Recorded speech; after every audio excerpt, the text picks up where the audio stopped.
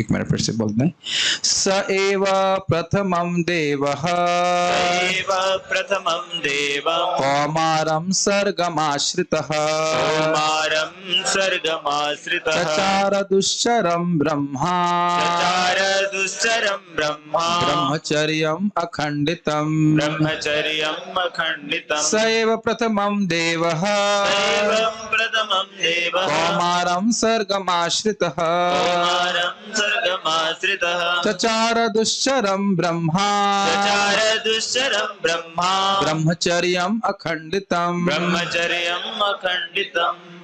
कह रहे हैं यहाँ पे स एव प्रथमम देवः, स एव, स उन्हीं भगवान है जिनका वर्णन पिछले श्लोक में हुआ था ना, जो सभी अवतारों के निधान है, वही स एव, इव नहीं एव, वो ही वही देव क्रीड़ा परायण लीला परायण भगवान गर्भोदक्षाई विष्णु, वो ही प्रथमम, प्रथम मतलब अवतार की दृष्टि से प्रथम, मतलब अवतार से मेरा मतलब है केवल क्रमबद्ध करने के लिए सबसे पहले कौमारम सर्गम आश्रितः। कौमार सर्ग, कौमार मतलब जब 4 कुमारों का सृष्टि भगवान ने करी, कौमार सर्ग का आश्रय लेकर के, मतलब उस जब कुमारों का सर्ग हुआ, कुमारों की सृष्टि हुई, तो उनने क्या किया, 4 कुमारों के रूप में उपस्थित हुए, सनत कुमार, सनक, सनातन, सनंदन और सनत कुमार। सनक, सनातन, सनंदन, सनत कुमार 4। कल मैं सोच रहा था कि हमारे सनक सनातन प्रभु के एक लड़का और हो जाता तो 4 कुमार हो जाते हो। सनक उनका नाम भी रख दिए जाते, सनक, सनातन, सनंदन और सनत कुमार। लेकिन एक लड़की हो गई तो इसलिए दिक्कत हो गई। देखिए दिक्कत नहीं है, लेकिन कुमारी हो गई, कुमार नहीं रहा। ठीक है, खैर तो विनोद की बात। मैं ऐसे कभी प्रभु से मजाक करता हूँ, प्रभु जी क्या आप ऐसे छोटी छोटी बात पर लड़ाई करते हो? और जब मैं समझ गया 5 साल के बड़े नहीं हुए आप। उनका नाम सनक सनातन है ना, सनक सनातन दास, सनक सनातन प्रभु। तो ये 5 साल से अधिक उम्र के नहीं हुए, बचपन छोटे रहे, लेकिन छोटे हैं, इनको छोटा मत मानिए। चचार दुश्चरम ब्रह्मा ब्रह्मचर्यम अखंडितम, तो इन्होंने बड़ा ही घनघोर तपस्या करी। चचार का मतलब है संपन्न किया, दुश्चरम जिसे करना अत्यंत कठिन था, और ये थे क्या, ब्रह्मा। ब्रह्मा का अर्थ है ब्राह्मण या ब्रह्मा की कोटि में। ब्रह्मा जी के समान ही शक्तिशाली थे, हैं वो ब्रह्मा जी के पुत्र, लेकिन ब्रह्मा जी के समान शक्तिशाली थे, और ब्रह्मचर्य की उन्हें तपस्या करी। क्यों करी? आध्यात्मिक ज्ञान प्राप्त करने के लिए। और कैसा ब्रह्मचर्य था उनका? अखंडितम, अविच्छिन्न, मतलब खंडित नहीं हुआ, न मन से, न वाणी से, और ना शरीर से तो होने का कोई प्रश्न ही नहीं होता है। वो तो 8 प्रकार के होते हैं, लेकिन मोटा मोटी अगर समझें, मन से, वाणी से, शरीर से, किसी भी प्रकार से उनका ब्रह्मचर्य खंडित नहीं हुआ। श्रील प्रभुपाद संबंध में कहते हैं कि जो भक्ति में निश्चय है वो कैसे व्यक्ति को प्राप्त होगा? ब्रह्मचर्य के पालन के द्वारा। ब्रह्मचर्य अपने आप में भक्ति नहीं है, लेकिन व्यक्ति को बहुत दृढ़ बना देता है, तो इसलिए उन्होंने ब्रह्मचर्य का पालन किया। ऐसे तो ब्रह्मचर्य पर पूरी क्लास हो जाएगी, लेकिन उतना नहीं बोलना चाहते। लेकिन मेन बात है कि भगवान की प्राप्ति करने के लिए, भगवान का दिव्य भक्ति प्राप्ति करने के लिए उन्हें इस प्रकार से किया, और बड़ा विशेष आचरण किया। अनुवाद। सृष्टि के प्रारंभ में सर्वप्रथम ब्रह्मा के 4 अविवाहित पुत्र कुमारगण थे, जिन्होंने ब्रह्मचर्य व्रत का पालन करने हेतु परम सत्य के ब्रह्मचर्य का व्रत का पालन करते हुए परम सत्य के साक्षात्कार हेतु कठोर तपस्या की। लेकिन ध्यान देना होगा, कठोर तपस्या उस तरह से नहीं करी जैसे कि हिरण्यकशिपु ने करी थी। घोर तपस्या करी जिसके द्वारा पूरा जगत जलने लग गया। मृदु तपस्या करी, अपने मन को भगवान में लगाया। इन्होंने ऐसा प्रश्न किया था कि पिताजी भी घूम गए थे। 11वें स्कंद में आप देखेंगे कि ब्रह्मा जी से प्रश्न किए और ब्रह्मा जी भी उत्तर नहीं दे पाए, तो सोच सकते हैं कितने बुद्धिमान होंगे लोग। इनके प्रश्न का उत्तर ब्रह्मा जी नहीं दे पाए, तो बताइए कि कितना कठिन होगा। फिर भगवान को हंस अवतार रूप में अवतरित होना पड़ा, और फिर जब भगवान ने बोला, बड़ा रुचिकर है, जब भगवान हंस अवतार के रूप में आए तो 4 कुमारों ने कहा आप कौन हैं? पर इसी बात को भगवान ने पकड़ लिया, ने कहा कि आप कौन हैं? अगर आप ये मानते हो कि सब कुछ ब्रह्म है, यानी आप और मैं अलग नहीं हैं, तो यह प्रश्न करना कि मैं कौन हूं, यह भी गलत है। आप भी ब्रह्म हो, मैं भी ब्रह्म हूं।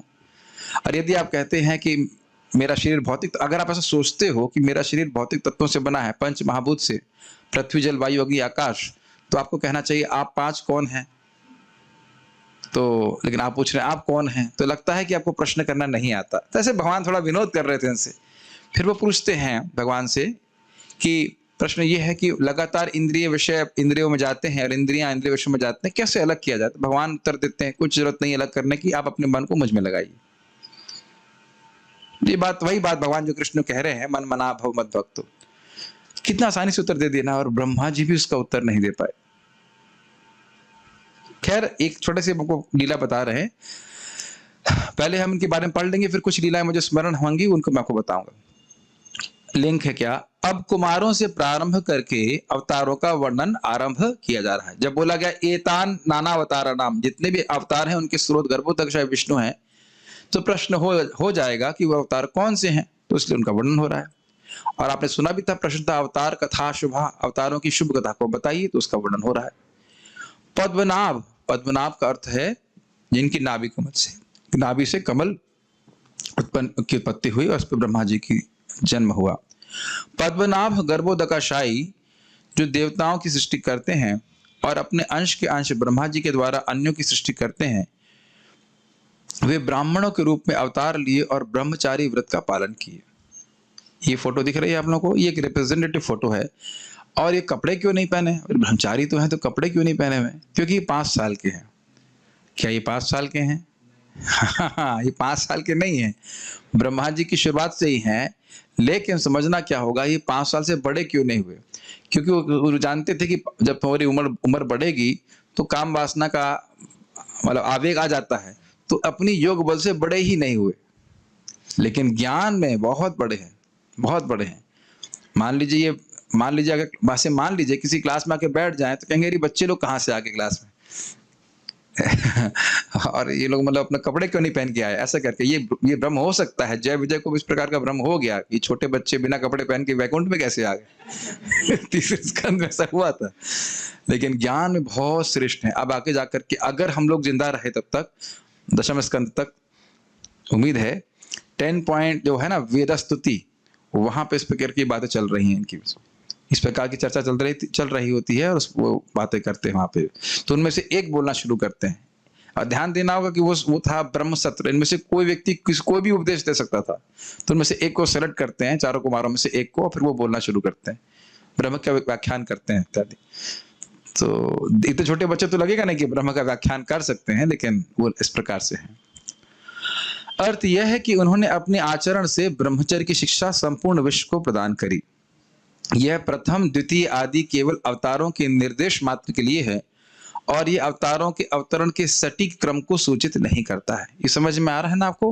प्रथमम का मतलब ये नहीं कि यही प्रथम अवतार, ऐसे नहीं लगना चाहिए। वैसे आप समझ सकते हैं कि भगवान के प्रथम अवतार कैसे हो गए, कौन हुए? ब्रह्मा जी स्वयं गुणावतार हुए, तो स्वयं अपने आप में अवतार हो गए। लेकिन उस तरह से नहीं रखा जा रहा है, केवल क्रमबद्ध किया जा रहा है, प्रथम द्वितीय ऐसे करके। ठीक है भाई, नारद जी से पहले भी तो अन्य मरीचि आदि पैदा हुए थे, वह भी भगवान के ही विभूतियां हैं, लेकिन नारद जी को अवतार के रूप में रखा गया है। और नारद जी विशेष अवतार भी हैं, शक्त्यावेश अवतार। हमने सुना था कि जो देवता इत्यादि हैं वो है विभूतियां और कुछ विशेष शक्ति प्रदान किए हुए हैं। तो ये भी जो 4 कुमार हैं उनको ज्ञान की शक्ति भगवान के द्वारा दी गई थी और ये भगवान के अवतार हैं। इस संबंध में छोटी सी लीला ये है, जब ब्रह्मा जी के से ये 4 कुमार की सृष्टि हुई तो स्वाभाविक से पिता की इच्छा होती कि बच्चे की शादी हो, बच्चा सेटल हो जाए। लेकिन इन्होंने कहा ना, हमें इस सब में नहीं पढ़ना है। तो फिर ब्रह्मा जी को बड़ा क्रोध आ गया। तो ये परंपरा है, अगर लड़का शादी नहीं करता है तो फिर माता पिता को गुस्सा आ जाना, ये परंपरा की बात। तो ब्रह्मा जी को क्रोध आया, उन्हें रोकने का प्रयास भी किया, लेकिन उनकी यहाँ पे भृगु नहीं कहेंगे, क्या कहेंगे इसको? भौम के बीच का स्थान क्या कहेंगे इसको? भ्रूमद्र कहते हैं, क्या कहते हैं? भौमों का मध्य भाग, वहां पे इनको क्रोध आ गया। यही तो प्राय यहीं पे क्रोध आता है और यहाँ से फिर शिव जी की उत्पत्ति हुई। अब दिक्कत ये हुई, दूसरे बेटे और खतरनाक है। इन्होंने कहा क्या करूं? कहा सृष्टि करो। सृष्टि करी तो भूत प्रेतों की सृष्टि करती है। इन्होंने कहा नहीं रुक जाओ, तुम ऐसा करो, तुम तपस्या करो, तो तुम्हारी सृष्टि की जरूरत नहीं है।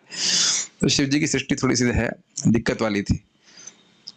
तो खैर अब ऐसा हुआ, तो यहाँ पे प्रभुपाद जी तात्पर्य में बताएंगे, जब आगे जाके हम पढ़ेंगे इसको, कि इस आज्ञा को चाहे गुरु भी दे तो आप अस्वीकार कर सकते हैं। कौन सी आज्ञा? शादी करने या ना करने की। ये एक आज्ञा है जो गुरु की, वो आप अस्वीकार कर सकते हैं। मान लो गुरु कह भी दें कि आप शादी कीजिए, कभी मान लो कह दें, मैं बोल रहा हूं ए और आपको क्या सुनाई पड़ रहा है? आपको क्या सुनाई पड़ रहा है? ई सुनाई पड़ रहा है ना ई? क्या कह रहा हूं मैं? गुरु जी अगर कहें कि तुम शादी करो और आप कहो कि मैं नहीं करूंगा तो भी चलेगा। हम ये बोल रहे हैं कि प्रभुपाद जी ने किसी की शादी नहीं कराई। ए मतलब ए सुनी। और ब्रह्मचर्य बहुत खतरनाक मतलब बहुत शक्तिशाली कर देता है व्यक्ति को, चाहे कोई भी पालन करे बहुत शक्तिशाली हो जाता है। प्रभुपाद जी बोले थे कि गांधी जी के बारे में 12 साल में ब्रह्मचर्य का पालन किए तो उन्हें अंग्रेजों को बाहर कर दिया था। बहुत शक्ति आ जाती है, एक विशेष प्रकार की शक्ति आती है ब्रह्मचर्य का पालन करने से। बुद्धि तेज होती है आपकी, बहुत अच्छा, आपको मन में उत्साह रहता है, एक डिटर्मिनेशन रहता है। प्रभुपाद जी बार बार इस बात को बोले कि भक्ति में भी लोगों का एक निश्चय नहीं होता है कि भक्ति हम दृढ़ता से कर सकें। तो कारण क्या है? ब्रह्मचर्य का पालन नहीं करते। अत्यधिक भोगमय जीवन बिताने के कारण व्यक्ति का निश्चय नहीं हो पाता है कि वह भक्ति में ठीक से आगे प्रगति कर सके। तो व्यक्ति को प्रयास करना चाहिए। ब्रह्मचर्य अपने आप में भक्ति नहीं है, लेकिन ब्रह्मचर्य के द्वारा हमको हमारा दृढ़ता बनती है, ठीक है ना, शुद्ध जीवन हमारा रहता है। जैसे आप देखिए वो लक्का हीरा नाम की जो वैश्या कितना भोगमय जीवन जी रही थी और एकदम एक ही दिन से पूरा ब्रह्मचर्य का पालन करने लगी, तो आगे जाके वो इतनी बड़ी वैष्णवी बन गई कि महान वैष्णव भी उसको संग प्राप्त करने के लिए आते थे। ये है ब्रह्मचर्य का फायदा। सामान्य भौतिक रूप से जो पढ़ाई करते हैं ना, उनको भी ब्रह्मचर्य बहुत लाभकारी होता है। मैंने सुना ऐसे अल्बर्ट आइंस्टीन ने जब थ्योरी ऑफ रिलेटिविटी दिया तब भी उन्हें ब्रह्मचर्य का पालन किया था, ठीक है ना। और बहुत ही निकृष्ट लोग भी आगे जाकर के ब्रह्मचर्य का पालन करके बहुत आगे प्रगति किए हैं। तो प्रयास करना चाहिए। और गृहस्थ आश्रम में भी व्यक्ति केवल संतान उत्पत्ति के लिए ही संग करना चाहिए, तो वह भी ब्रह्मचर्य है। और आप जानते हैं कि एक संतान से अधिक तो आदमी को आजकल पैदा कर नहीं सकता, तो समझ जाना चाहिए कितना संग करना चाहिए। प्रभुपाद जी से पूछा गया कितना बार संग करना चाहिए? महीने में एक बार, वो भी संतान उत्पत्ति के लिए। तो पूछा इससे अच्छा है कि हम भोग त्याग ही दें। तो प्रभुपाद कहते हैं समझ गए तुम समझ गए कि क्या उद्देश्य है हमारा जीवन का। खैर ये सब बातें तो हम कई बार कर चुके, वहां नहीं जा रहे, लेकिन आप समझ लीजिए सृष्टि की शुरुआत से कितनी सुंदर स्त्रियां देख चुके होंगे, स्वर्ग की अप्सराएं कहाँ की, फिर भी उनका ब्रह्मचर्य कभी खंडित नहीं हुआ। तो ये सब इस प्रकार का ब्रह्मचर्य का पालन केवल भगवान ही कर सकते हैं, इसलिए उनको भगवान के अवतार के रूप में यहाँ वर्णित किया जा रहा है। कुछ बातें मैंने पहले से टीका पढ़ी है तो पहले ही मुख में आ जाती हैं, उसको टीका के सामने बोलता है तो अच्छा लगता है, फिर भी पढ़ते हैं। बाल प्रबोधिनी, जिन्होंने पुरुष रूप स्वीकार किया था वही देव अर्थात क्रीड़ा परायण। ये शब्द का अर्थ आप याद कर लीजिए। जब भी देव आएगा ना, नमो देव दामोदर, तो वहां पे भी टीकाओं में देव शब्द को क्रीड़ा परायण कहा गया है। मतलब ये जो भगवान विभिन्न अवतारों के रूप में आ रहे हैं, ये उनकी लीला है, ये उनकी क्रीड़ा है। क्रीड़ा मतलब खेल। ऐसा नहीं है कि उनके लिए बहुत बड़ी रिस्पॉन्सिबिलिटी आ रही है, अभी नहीं आएंगे तो फिर क्या होगा, बाध्य होकर के भगवान नहीं कर रहे हैं। क्या यहाँ पे लोग जब जॉब करते हैं तो क्रीड़ा परायण होकर के जॉब करते हैं कि हमारी लीला चल रही है, हमें 12 घंटे काम करना है? नहीं। और हम लोग जब एकदम पिट करके 11 बजे लौट के आए रात में, तो हम अपनी लीला का संवरण कर रहे हैं ऐसा तो नहीं हो रहा है। तो ये शब्द समझ लीजिएगा कि आगे कई बार भगवान के लिए देव शब्द आएगा। तो देव अर्थ क्या हुआ? हाँ, जैसे कृष्ण देव भवंतम वंदे, रूप गोस्वामी जी बोलते, तो वहां भी देव का अर्थ है क्रीड़ा परायण। उनकी कोई बाध्यता नहीं है जगत में कुछ भी करने के लिए, जो कुछ कर रहे हैं अपनी स्वेच्छा से, स्वतंत्र भाव से कर रहे हैं। भगवान ने उन क्रीड़ा परायण भगवान ने कौमार सर्ग में सनत कुमार आदि 4 कुमारों के रूप में अवतार लिया और ब्रह्मचर्य का पालन किया। अब मान लो कोई प्रश्न करे, परंतु ब्रह्मचर्य का पालन तो अन्य जीव भी करते, तो इससे उनका भगवत अवतार होना सिद्ध कैसे हुआ? तो इस पर कह रहे हैं अखंडित। अरे ब्रह्मचर्य का पालन तो बहुत करते हैं, लेकिन खंडित हो जाता है। वही बाह्य रूप से खंडित ना हो तो मानसिक तो हो ही जाता है ना। विश्वामित्र जी 60,000 साल तक तपस्या किए, फिर भी खंडित हो गया। यहाँ तक कि ब्रह्मा जी के मन में भी वासना आ गई, शिव जी का ने पार्वती जी का संग कर लिया। वैसे तो शिव जी को धीर कहा जाता है, लेकिन फिर भी बाह्य दृष्टि से अगर देखें तो मोहिनी मूर्ति के द्वारा मोहित हो गए। तो क्या कह सकते हैं, अनडिफीटेड चैंपियन कौन है? कृष्ण तो है ही, 4 कुमार हैं। कभी मति भोगों में गई ही नहीं, कभी नहीं गई। कितनी अद्भुत बात है। हाँ, बच्चे हैं 5 साल के, वो क्या जाने, है कि नहीं? नहीं, वो जानते हैं इसलिए बड़े नहीं हुए। सोचिए, एक बात है, हम लोग सोचते थे ना बचपन में कि हम बड़े हो जाएंगे तो कितना अच्छा होगा, लेकिन अभी बच्चों को देखते हैं तो कम से कम एक प्रॉब्लम से तो वो बचे ही हैं। समझ रहे हैं कौन सी प्रॉब्लम से? कोई दिक्कत नहीं है। अगर वो ना हो तो अगर ये प्रॉब्लम से मुक्त हो जाए तो एक भी भक्त का पतन नहीं होगा। मैं तो 100% बोल सकता हूँ, है कि नहीं? स्त्री पुरुष का आकर्षण चला जाए, सुखदेव गोस्वामी तो है ही, वो तो खैर है ही, कोई दिक्कत नहीं है, लेकिन वो सृष्टि की शुरुआत से नहीं है ना, सृष्टि की शुरुआत से चल रहा है ना। यहाँ स्पेशली बात हो रही है सृष्टि के प्रारंभ से ही ब्रह्मचर्य का पालन करना। आप कहेंगे पूरी शुरुआत में तो कोई माता जी थी ही नहीं, तो इन्हें क्या दिक्कत? और स्वयं मनु की पत्नी थी, ऐसा कुछ भी बहाना को बोल सकते हैं आप, लेकिन बहुत मुश्किल है। महाराज जी एक बार, महाराज जी देखो, जो भी कटाक्ष करता ना मैं, वो परंपरा में करता हूँ। मतलब जो महाराज से कटाक्ष सुना है वही कटाक्ष यहाँ पे मैं प्रस्तुत करता हूँ। महाराज बोले, एक शिष्य आए हमारे पास, बोले महाराज जी हमारे माता पिता कह रहे हैं कि व्हाइट हो जाओ, हम व्हाइट होना चाहते हैं। तो महाराज बोले, बेटा जब तुम सैफरन हुए में आ रहे थे, लाल कपड़ा ले रहे थे, तब माता पिता नहीं है। अब तुमको तुम्हारे हृदय में इच्छा आ रही है तो तुम माता पिता पे डाल रहे हो कि माता पिता जो है बोल रहे थे इसलिए हम सैफरन की जगह व्हाइट हो जाए। खैर जो भी है, लेकिन केवल ये वासना ही से युक्त होने के कारण ही व्यक्ति इस प्रकार से करता है। तो ये करना, ऐसा ब्रह्मचर्य का पालन तो भगवान ही कर सकते हैं, इसलिए ये भगवान के अवतार अखंडित ब्रह्मचर्य का पालन किया। इस प्रकार का ब्रह्मचर्य का पालन तो भगवान के अलावा कोई करने में समर्थ नहीं है, यह भाव है। और ध्यान देना होगा कि हम जब इस प्रकार से उनका स्मरण कर रहे हैं तो परम पवित्र हो रहे हैं। ये मैं फिर से सिद्धांत बता रहा हूं, जिन महान पुरुषों का हम स्मरण करते हैं, केवल स्मरण मात्र से उनके पुण्य हमें मिल जाते हैं। केवल स्मरण मात्र से, केवल स्मरण मात्र से उनका संग करते हैं, ये एकदम शास्त्रिक बातें हैं। केवल स्मरण मात्र से हमारी विघ्न नष्ट हो जाते हैं। श्री रूप श्री सनातन भट्ट रघुनाथ, श्री जीव गोपाल भट्ट दास रघुनाथ, एछाय गोसाई करी चरण वंदन, जहां होते विघ्न नाश अभिष्ट पूर्ण। तो इस प्रकार से षट गोस्वामी को स्मरण करता है तो सारी उसकी बाधाएं कट जाती हैं और अभिष्ट पूर्ण हो जाते हैं। तो ये बड़ा पवित्र करने वाला है। और आपने आगे पारायण में सुना था, जन्म एतद गुह्यतो वेद गुह्यानि हृत्पते, वेदों के लिए भी गुह्य सब अवतारों का वर्णन। तो ये मत सोचे कि हाँ तो हम 4 कुमार के बारे में जानते हैं, कौन सी बड़ी बात, नहीं। कवि जन भी इनका वर्णन करते हैं। तात्पर्य, इस भौतिक जगत की पहले उत्पत्ति, फिर पालन, तब एक निश्चित कालावधि के बाद संहार होता रहता है। तो कोई नई बात नहीं है, सृष्टि होती ही रहती है। अतएव जीवों के पिता ब्रह्मा की विशिष्ट कोटियों के अनुसार सृष्टियों के भिन्न भिन्न नाम होते हैं। जैसा कि ऊपर कहा गया है, कुमार गणों की उत्पत्ति भौतिक जगत की कौमार सृष्टि में हुई थी, जिसमें कि एक नाम है। ब्रह्मा जी की सृष्टि के अलग अलग नाम रखे जाते हैं, उसमें एक कुमार सृष्टि का नाम रखा है। प्रभुपाद उसकी व्याख्या करने, उन्होंने हमें ब्रह्म साक्षात्कार की विधि सिखाने के लिए स्वयं ब्रह्मचारी रहकर कठिन व्रत का पालन किया। हाँ, कठिन व्रत के संबंध में आपको याद है ना, भीष्मदेव को भीष्म क्यों कहते हैं?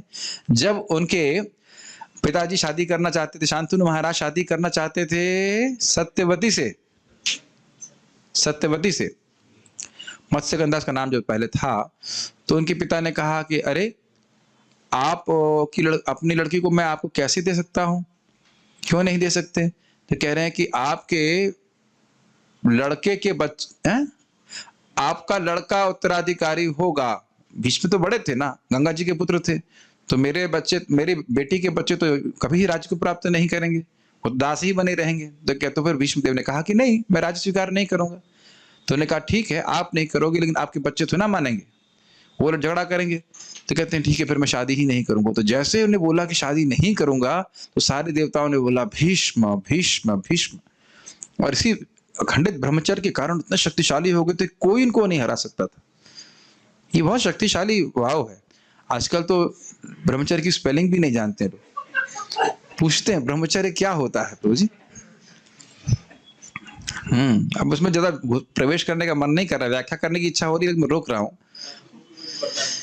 लेकिन एक बात समझ लीजिए, एक सूत्र है, प्रभुपाद जी 6वें स्कंद के पहले अध्याय में बताते हैं, तपसा ब्रह्मचर्य ना वाले श्लोक को देख लीजिएगा, कि यदि हमारी जीभ नियंत्रित हो जाती है तो ब्रह्मचर्य अपने आप पालित होता है।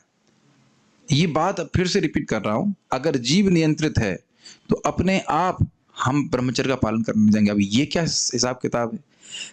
जब जीव से भगवान के बारे में हरे कृष्ण मंत्र बोलते हैं, वाणी से भगवान के बारे में बोलते हैं, तो स्वाभाविक रूप से हमारा हृदय से जो गंदगी है वो साफ होने लगती है।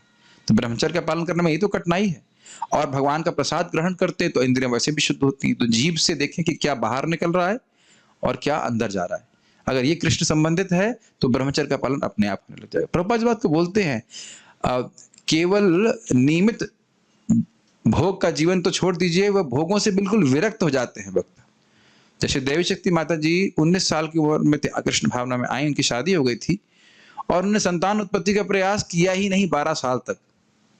फिर जीबीसी को आज्ञा देनी पड़ी कि भाई आप एक संतान उत्पत्ति कीजिए, तब जाके किया। इतने वो मतलब प्रभुपाद जी की सेवा में व्यस्त थे। परम पूज्य संकर्षण दास प्रभु, मतलब वो प्रभुपाद जी के शिष्य हैं, वो खुद बता रहे प्रवचन में कि अपनी पत्नी का संग कभी किए ही नहीं पूरा जीवन। तो मैं सोचा तो फिर शादी क्यों की है? ब्रह्मचारी रह जाते, पता नहीं किस कारण से कर रहे होंगे, कारण जो भी रहा हो। मैंने तो पूछने का साहस नहीं था मेरा, लेकिन मैं शायद प्रीचिंग करने के लिए, तो प्रीचिंग करने के लिए ब्रह्मचारी जीवन में अच्छा था। नहीं, वो हमारा अधिकार नहीं कि क्यों किया प्रभु जी ने, लेकिन मैं तो चेहरा देख रहा था ना, बाप रे बाप, और भी विदेशी शरीर में होते हुए, बताइए इतना, तभी इस प्रकार से इतना सुंदर प्रचार कर रहे हैं, उनकी वाणी में इतना तेज है कि नहीं? रोज 1:30 बजे उठ जाते हैं, 16 माला पूरा कर लेते हैं। तो कहने का अर्थ ये है कि लोग हैं ऐसे जिन्होंने इस प्रकार से जीवन जिया है, और स्वाभाविक रूप से व्यक्ति विरक्त हो ही जाता है जप करने के द्वारा, भक्ति करने के द्वारा। इन निम्न भोगों के प्रति उसका आकर्षण नहीं रहता। ये टेस्ट है कृष्ण भावना में प्रगति करने का। तो ये सब बहुत इंपॉर्टेंट है। ये व्रत बहुत कठिन है। एक और दूसरी तरह से देखिए आप, भले ही ब्रह्मचर्य का पालन करना कठिन हो, लेकिन ब्रह्मचारी जीवन बड़ा आसान है। समझ में आया? नहीं समझ में आया? भाई हो सकता है कि ब्रह्मचारी जीवन में जो खुजली है इंद्रिय तृप्ति की, उसको सहन करना मुश्किल है, लेकिन सहन कर लिया तो जीवन बहुत आसान है। फिर नाइट ड्यूटी लगाने की जरूरत है आयुष प्रभु? केवल डे ड्यूटी है। मॉर्निंग प्रसाद खाइए, उसके बाद थोड़ा सा सेवा कीजिए, उसके बाद जैसे अनिश प्रभु को बोला था कि आपके और मेरे जीवन में क्या अंतर है? बस खाली रूम का अंतर है, और तो कोई अंतर नहीं है ना। अब अंतर लाना चाहते हैं तो वो उसमें आपकी इच्छा है कि नहीं? हम, मेरी तो कोई इसमें इच्छा है नहीं। जो भी व्यक्ति मतलब कष्ट भोगना चाहते हैं तभी तो गृहस्थ आश्रम में जा रहे हैं ना। मैं गलत बोल रहा हूँ क्या? भले ऐसा आपको प्रीचिंग किया नहीं जाता है, लेकिन है, होता है इसी प्रकार से है। वो अलग बात है कि जब आप प्रवेश कर जाते हैं तब बोलते हैं, अरे आपने बताया नहीं, हाँ बेटा फंस गए ना, चल चल तू भी आजा दलदल में, आजा दलदल। तो इन्हें कहा कि नहीं, हम इस दलदल में नहीं फंसने वाले, हम भगवान के भजन करेंगे और निश्चल भाव से भजन करते हैं। आप जानते हैं कि 12 महाजनों में भी 4 कुमार हैं, और एक वैष्णव संप्रदाय कुमार संप्रदाय कहलाता है। इसके महान आचार्य का नाम क्या हुआ? विष्णु स्वामी। कुंभद्र संप्रदाय में कौन है? हाँ सॉरी क्षमा कीजिएगा, निम्बार्काचार्य। ये सारे कुमार शक्त्यावेश अवतार हैं। शक्त्यावेश अवतार को फिर से समझ लीजिए। भगवान किसी जीव में किसी विशेष कार्य को करने की शक्ति का आवेश करते हैं, उसमें डालते हैं शक्ति, तो उसको शक्त्यावेश अवतार कहते हैं। ये विष्णु तत्व नहीं है, लेकिन ये भगवान की शक्त्यावेश अवतार है। जैसे नारद जी भी शक्त्यावेश अवतार। ये कठिन व्रत पालन करने के पूर्व ही योग्य ब्राह्मण बन चुके थे।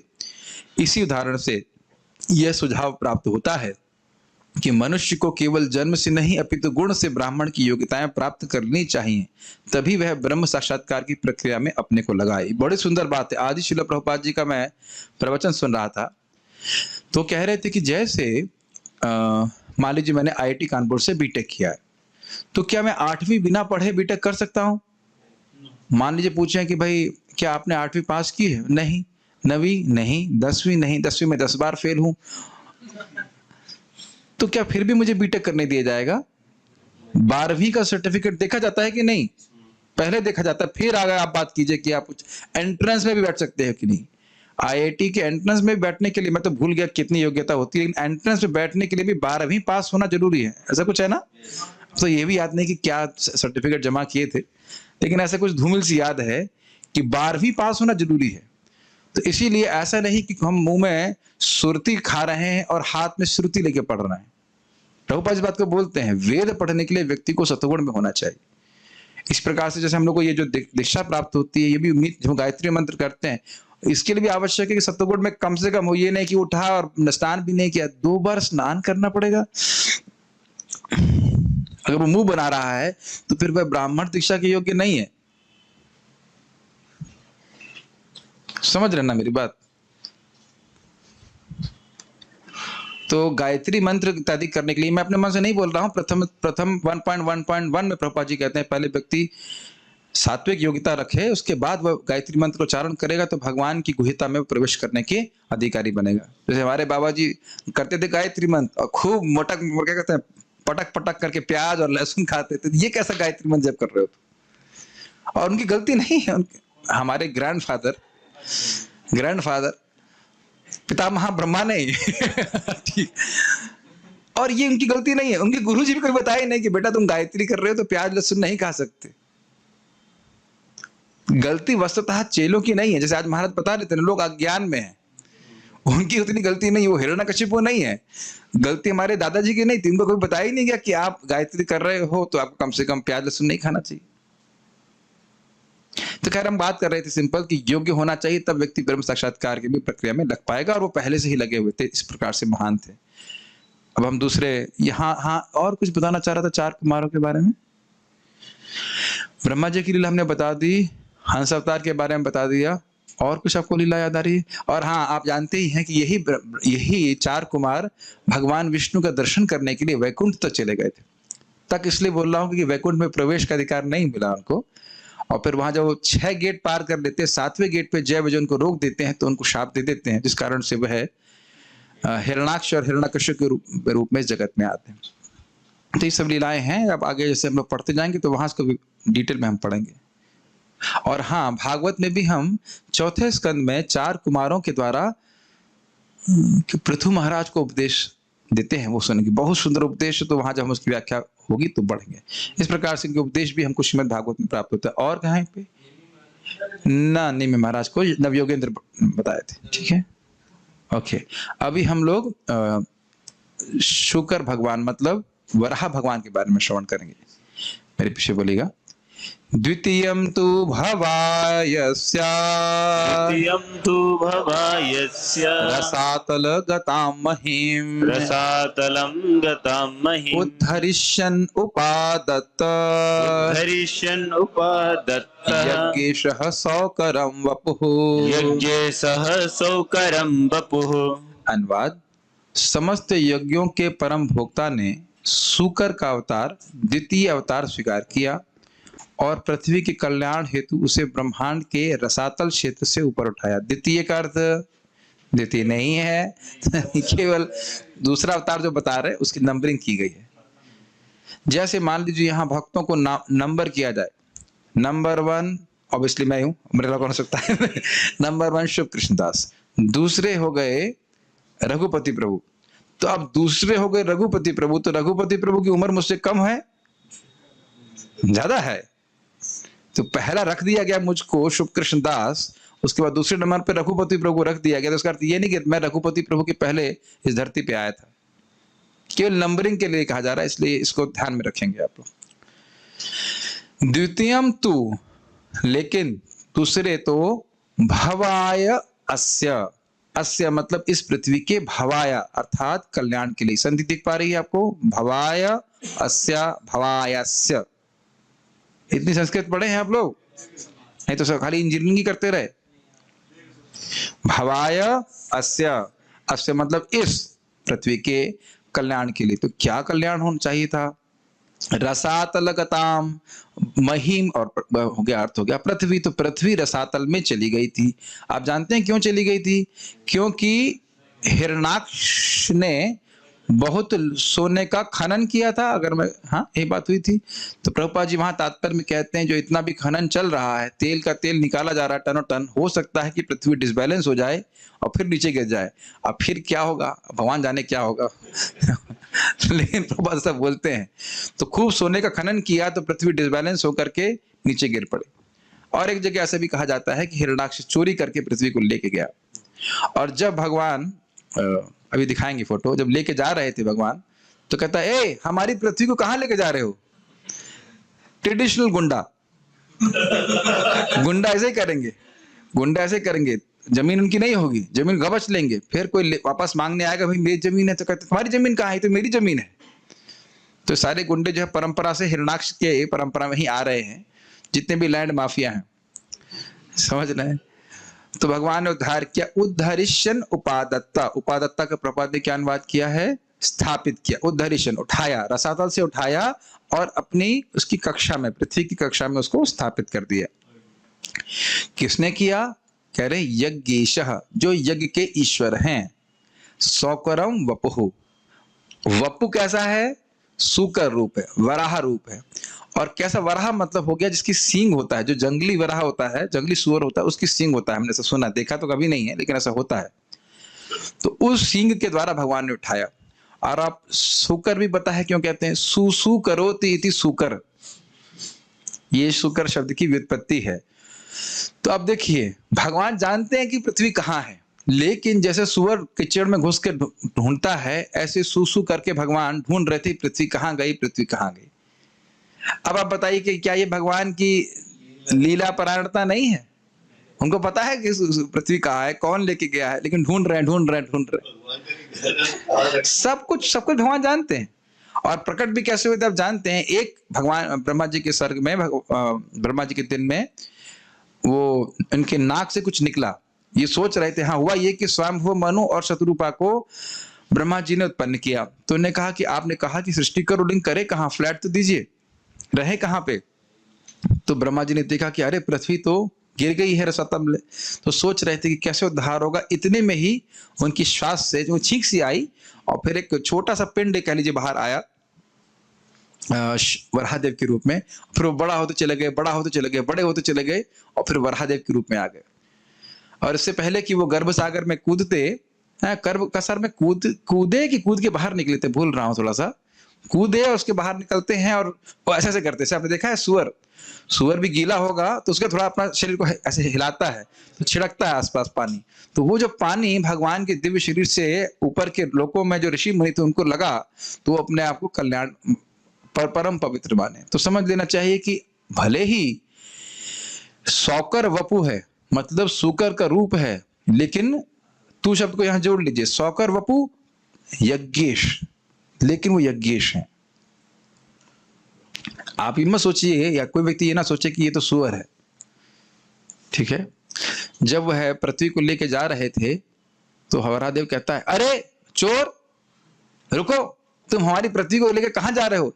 अब देखो क्या कहता है, ये पृथ्वी तो हम असुरों को ब्रह्मा जी ने दी है। एकदम पक्का चोर, पक्का लैंड माफिया। यहाँ पे भी लोग बोलते हैं नहीं ये तो हमारे पैतृक संपत्ति है। देखा है गुंडे लोग ऐसे बोलते हैं, झूठा कागजात बना लेते हैं। और किसको बोल रहे हैं, जो यज्ञेश हैं, जो सारी पृथ्वी के स्वामी हैं, उन्हीं को झूठ बोल रहे हैं कि नहीं ये तो हमारे पितामह ने दी है। पितामह, ब्रह्मा जी के पितामह हुए, हाँ कश्यप के पुत्र हैं लोग, ऐसे झूठ बोल रहे थे। रुको रुको रुको, तुमको अभी कहाँ भी पकड़ता हूँ, अभी पकड़ता हूँ, अभी धरता हूँ। तो फिर भगवान कहते हैं अब तुमसे बच के हम कहाँ जाएंगे, तुमसे तो युद्ध करना ही पड़ेगा, आपसे बच के हम कहाँ जा सकते हैं। तो फिर भगवान युद्ध करते हैं और युद्ध करते करते ऐसा होता है कि भगवान के हाथ से जो गदा है वो गिर जाती है। तो सब लोग कहते हैं, सारे देवताओं की जो है सांस अटक जाती है, अरे कहीं भगवान हार गए तो क्या होगा, फिर ये हमसे बहुत बदला लेगा हिरण्याक्ष की, तुम्ही ने कंप्लेन करी है देवताओं ने। लेकिन भगवान केवल लीला कर रहे थे। फिर भगवान उसको एक झापड़ मारते हैं जोर से, यही कान के पास, कान बजा देते हैं, ऐसे करना चाहिए, तो उसके कान से खून आता है, वही मर जाता है हिरण्याक्ष। तो आप जान रहे हैं कि भगवान तो असीमित शक्ति वाले हैं, केवल लीला परायण है, लीला कर रहे हैं, उसको फिर मार देते हैं। सारार्थ दर्शनी, भगवान वराहदेव के कर्मों को इन शब्दों से कहा जा रहा है कि उन्होंने पृथ्वी के उद्धार के लिए उसे उठाया। कुछ मुश्किल बात लग रही है आपको इसमें? अच्छा, इस मृदंग को उठाइए और 2 मृदंग उठा लीजिए, अब समझ में आया कितना भगवान की शक्ति है। और हाँ, उठाया भी कैसे, सोच लीजिए, पूरी पृथ्वी को अपने सींग के ऊपर उठाया और सींग से भगवान ने पृथ्वी का स्पर्श किया तो पृथ्वी देवी के द्वारा एक पुत्र का जन्म हुआ, उसका नाम था नरकासुर। अब पता नहीं पहले तो नरकासुर नाम नहीं रहा होगा, जो भी रहा हो, लेकिन उसने भौमासुर का संग किया तो असत संग के कारण वह असुर बन गया।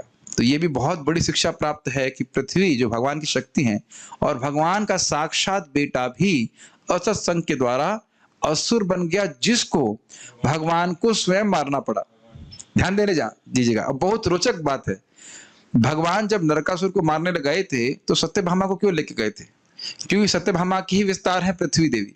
ऐसा मैंने सुना है कि जब युद्ध हो रहा है तो ऐसा लग रहा था कि बस वो भगवान उसको हरा नहीं पाएंगे, मार नहीं पाएंगे, तो सत्यभामा ने स्वयं आज्ञा दी, मारिए उसको मारिए। फिर भगवान चक्कर चला देते और मर जाता है। भाई पृथ्वी माता ही आज्ञा दे रही है ना, दूसरे रूप में, सत्यभामा के रूप में, मारी इसको मार देते। सुना है भक्तों से इस प्रकार से। वैसे तो सत्यभामा को उसके लिए भी लेके गए थे कि देखो मैं कितना शक्तिशाली हूँ। स्वाभाविक रूप से पति को अच्छा लगता है पत्नी के सामने कुछ ऐश्वर्य प्रस्तुत करने के लिए, तो ये सब बातें हैं। तो ये लेकिन बहुत बड़ी शिक्षा हमको प्राप्त हो रही कि भगवान का बेटा भी बिगड़ सकता है अगर वह असत्संग करे, तो फिर समझ गए ना। तो इसलिए आप समझ लीजिए कि हम लोग देव नहीं हैं, हम लोग लीला परायण नहीं है। गलत संग से हम लोग भी गड़बड़ हो सकते हैं। सभी अवतारों के संबंध में उनके कर्मों को कहा जाएगा, मतलब यहाँ ध्यान देना होगा, हर अवतार के स्वरूप का वर्णन होगा और उसके तटस्थ लक्षण अर्थात उनके कार्यों का वर्णन होगा। तो आप देख सकते हैं फोटो, भगवान अपने सींग पे बैलेंस करे। अच्छा, अब मुझे समझ में आया, एक सींग नहीं था, 2 सींग थे, इसलिए बैलेंस करना आसान था। अरे 2 हो चाहे 1 हो, लेकिन पृथ्वी को बैलेंस करना कितना कठिन है। बैलेंस करके दिखाइए, 1 उंगली पे 2 उंगली लगा दीजिए मृदंग को, ऐसे बैलेंस कीजिए और फिर युद्ध भी कीजिए। ये भी इंटरेस्टिंग है, काफी इंटरेस्टिंग है। अरे दांत हो या दांत ही खाने वाले लग रहे हैं आपको? भाई ये तो देखिए फोटो तो एक अंदाज देने के लिए है। अब आपको जब भगवान दिखेंगे तब बता देना कि कैसे किस प्रकार से भगवान के दांत हैं। तो यहाँ दिखा रहे हैं कि वही देखिए फोटो से क्या दिखाया जा रहा है, जो गर्भोदकशाय विष्णु हैं वही सदेव, वही देवता भगवान वराह देव के रूप में प्रकट हुए। ठीक है। क्या था वो शब्द आया था, षोडश कलाम। भगवान की मत्स्यकूर्म वराह आदि जो भगवान की कलाएं हैं वो गर्भोदकशाय विष्णु की हैं और उसके द्वारा भगवान प्रकट होते हैं उनको लेकर। तात्पर्य यहां संकेत यह है कि भगवान के प्रत्येक अवतार के लिए उनके द्वारा संपन्न होने वाले विशेष कार्य का भी उल्लेख रहता है। बिना कार्य विशेष के कोई अवतार नहीं हो सकता और ऐसा कार्य सदा ही अद्वितीय होता है। ये बड़ा रोचक बात है। क्यों रोचक बात है? इस जगत में अगर कोई अवतार अपने को कहता है तो उससे पूछो कि आपने क्या विशेष कार्य किया। अरे आप जानते नहीं, देखो मैं अपने हाथ से राख उत्पन्न कर सकता हूं। अब उसको बोला जाए, भाई तुम एनटीपीसी नहीं गए कभी? हम तो एनटीपीसी में काम किए हैं, वहां राख का पहाड़ लगा देते इंजीनियर, इतना कोयला फूकते हैं कि आप कल्पना नहीं कर सकते कितनी राख होती। राख का पहाड़ देखें आप लोग, राख का पहाड़, वही देख करके मैं यहाँ ज्वाइन कर लिया था कि भैया इस पहाड़ में मुझे नहीं जाना है। लिटरली राख का पहाड़, लिटरली बिल्कुल उठा देते हैं, पहाड़ इकट्ठा कर देते हैं इसको। तो फिर वो तो और बड़े भगवान हुए ना। मैं वाकई, अब तो पता नहीं उसका नाम मैं नहीं रख रहा हूं, मेरा मित्र था साउथ इंडिया में, बोला हम तो इन बाबा को वो भगवान मानते। क्यों मानते हो भाई? हम जब भी उनकी फोटो के सामने रहते हैं, कुछ पूजा करते हैं, बस राख निकलना शुरू हो जाती। हमने कहा आपके मन में भी, उस वक्त तो कुछ नहीं बोला, आप सब मैं ही बोलूँ, आपके दिमाग में भी राख ही भरी हुई है, समझ नहीं पा रहे इसमें क्या विशेष कार्य है। कोई सिद्ध बाबा ऐसा कर सकता है, लेकिन इससे भगवान हो जाता है क्या? और ऐसा कार्य सदा ही अद्वितीय होता है, मतलब दूसरा कोई सामान्य जीव ऐसा कर ही नहीं सकता है। तो इसलिए अवतारों को शास्त्र की दृष्टि से स्वीकार करना चाहिए। ऐसे कार्यों का किसी जीव द्वारा संपन्न किया जाना असंभव होता है। शुकर का अवतार पृथ्वी को गंदे पदार्थ के रसातल भाग से बाहर निकालना था। गंदे स्थान से कोई चीज उठाना शुकर का कार्य है और सर्वशक्तिमान भगवान ने ये आश्चर्य असुरों को कर दिखाया जिन्होंने पृथ्वी को ऐसे गंदे स्थान में छुपा दिया था।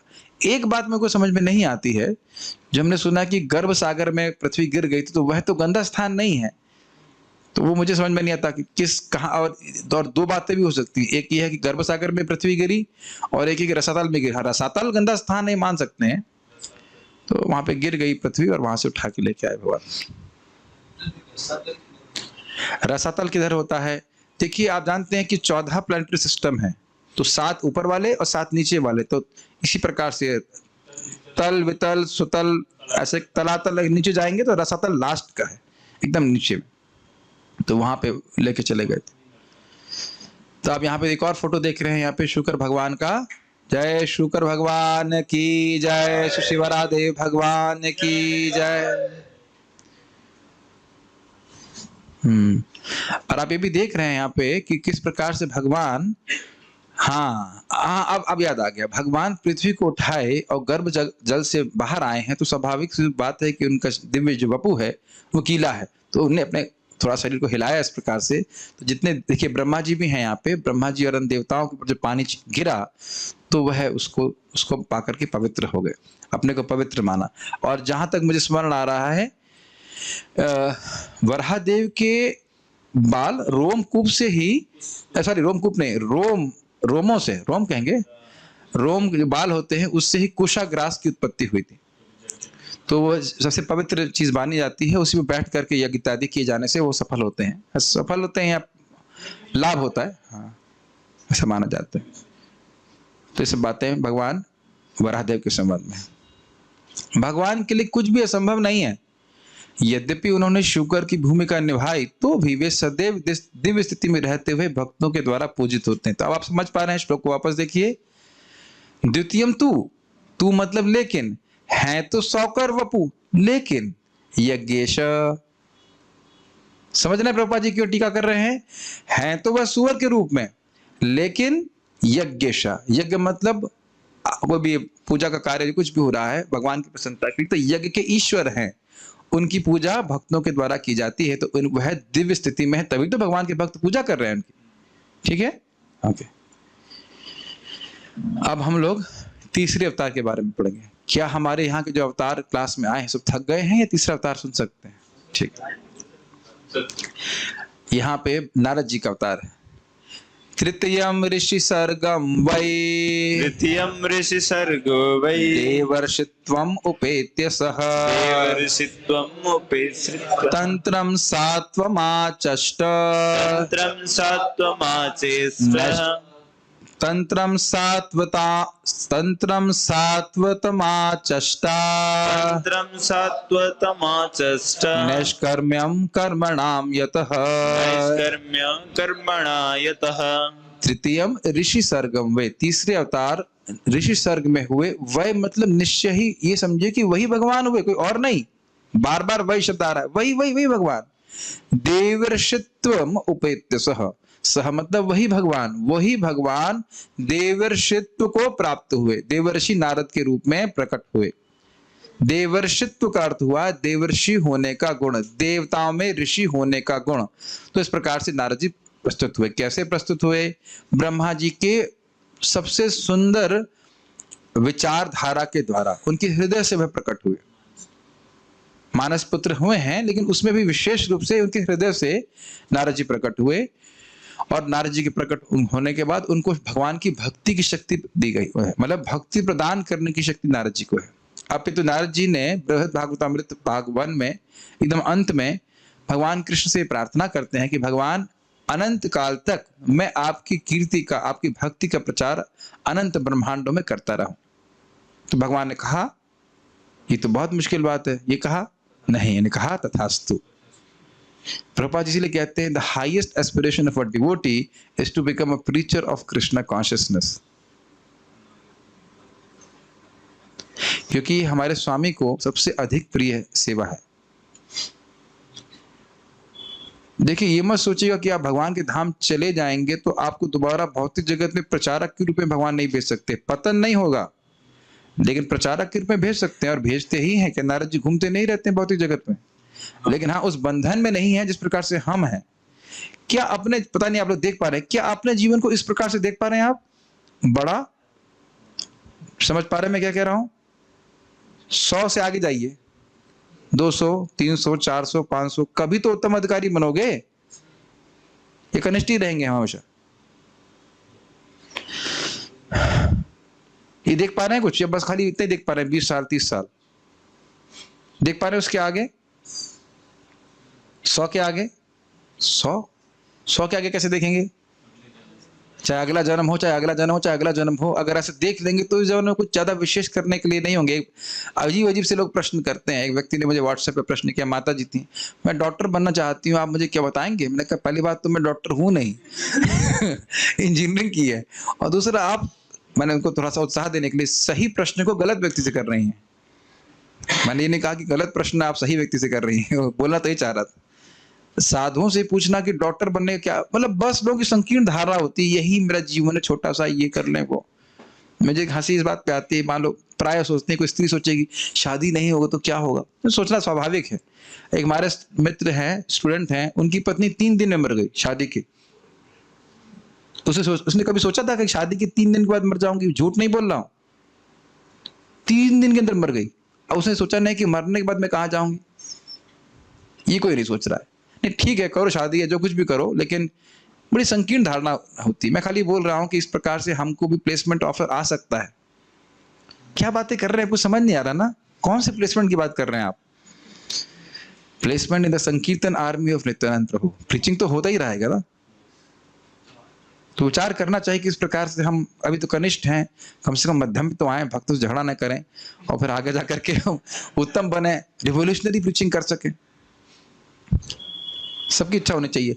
आप लोग इस एक ड्रेस में भी नहीं रहेंगे। भाई मान लो आज माता जी के ड्रेस में है, तो जरूरी नहीं कि भगवान आपको माता जी की ड्रेस में ही रखेंगे, अगले जन्म में प्रभु जी की ड्रेस में भी रख सकते हैं।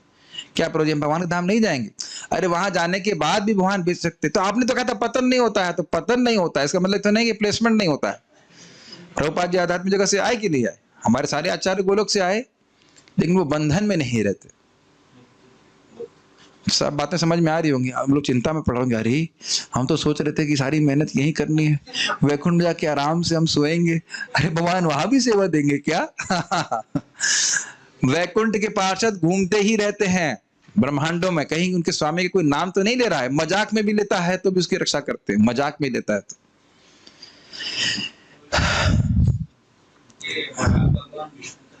वराह भगवान विष्णु तत्व है। तीसरा शक्ति तो कभी आए नहीं, कहा खाली तीसरा अवतार बोला जा रहा है। तीसरा अवतार है देवर्षि नारद जी। कुछ अवतार विष्णु तत्व हैं, कुछ अवतार शक्त्यावेश हैं, वो वहां पे अलग अलग यथायथ ग्रहण करना पड़ेगा। तो देवर्षि नारद जी जो है वो है शक्त्यावेश अवतार है, जीव तत्व में है। क्या किया? तो अब ये समझ में आ गया, स्वरूप लक्षण समझ में आ गया, देवर्षि के रूप में है। तो आप समझ लीजिए इनका स्वरूप कैसा है, देवर्षि के रूप में। अब तटस्थ लक्षण क्या है? तंत्रम सात्वम आचष्टः, पांचरात्रिक नाम का सात्वत तंत्र। सात्वत मतलब जो भगवान के भक्तों के लिए है, उस तंत्र को उन्हें आचष्टः मतलब लिखा। ये इसको पंचरात्र क्यों कहते हैं? क्योंकि 5 रात्रियों में ये लिख दिया गया था। अब उसकी पूरी घटना तो हमारे डेटी मिनिस्टर से बताएंगे, लेकिन हम इतना तो कुछ बता सकते हैं इसके बारे में। पंचरात्रि के बारे में सुने कुछ, कैसे लिखा था नारद जी ने? जब तक मैं थोड़ा सा जल पी लेता हूँ। हाँ एक्चुअली माइक पे बोलेंगे, रिकॉर्ड भी करूंगा, गलती होगी तो मैं भी गलती निकाल दूंगा। चलिए बोलिए। नहीं वैसे कुछ नहीं है। एक्चुअली नारद जी को जितना सारे कुछ मुझे ही सुनाई नहीं पड़ रहा है तो उनको कैसे सुनाई पड़ेगा?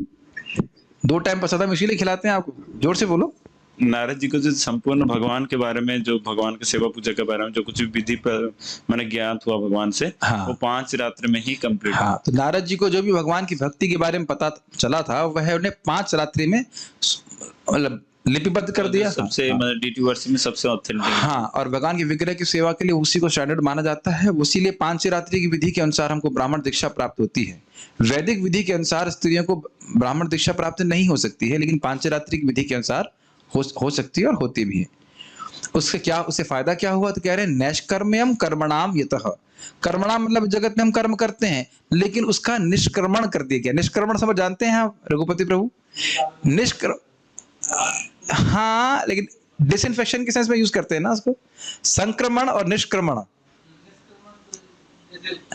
नहीं, वो तो हो गया, बाहर निकालना हो गया, लेकिन निष्क्रमण का एक अर्थ ये भी हुआ कि संक्रमण समझते हैं ना, इन्फेक्शन, तो डिसइंफेक्शन करना। तो कर्म का क्या इन्फेक्शन है कि कर्म के द्वारा व्यक्ति बंधन में पड़ जाता है।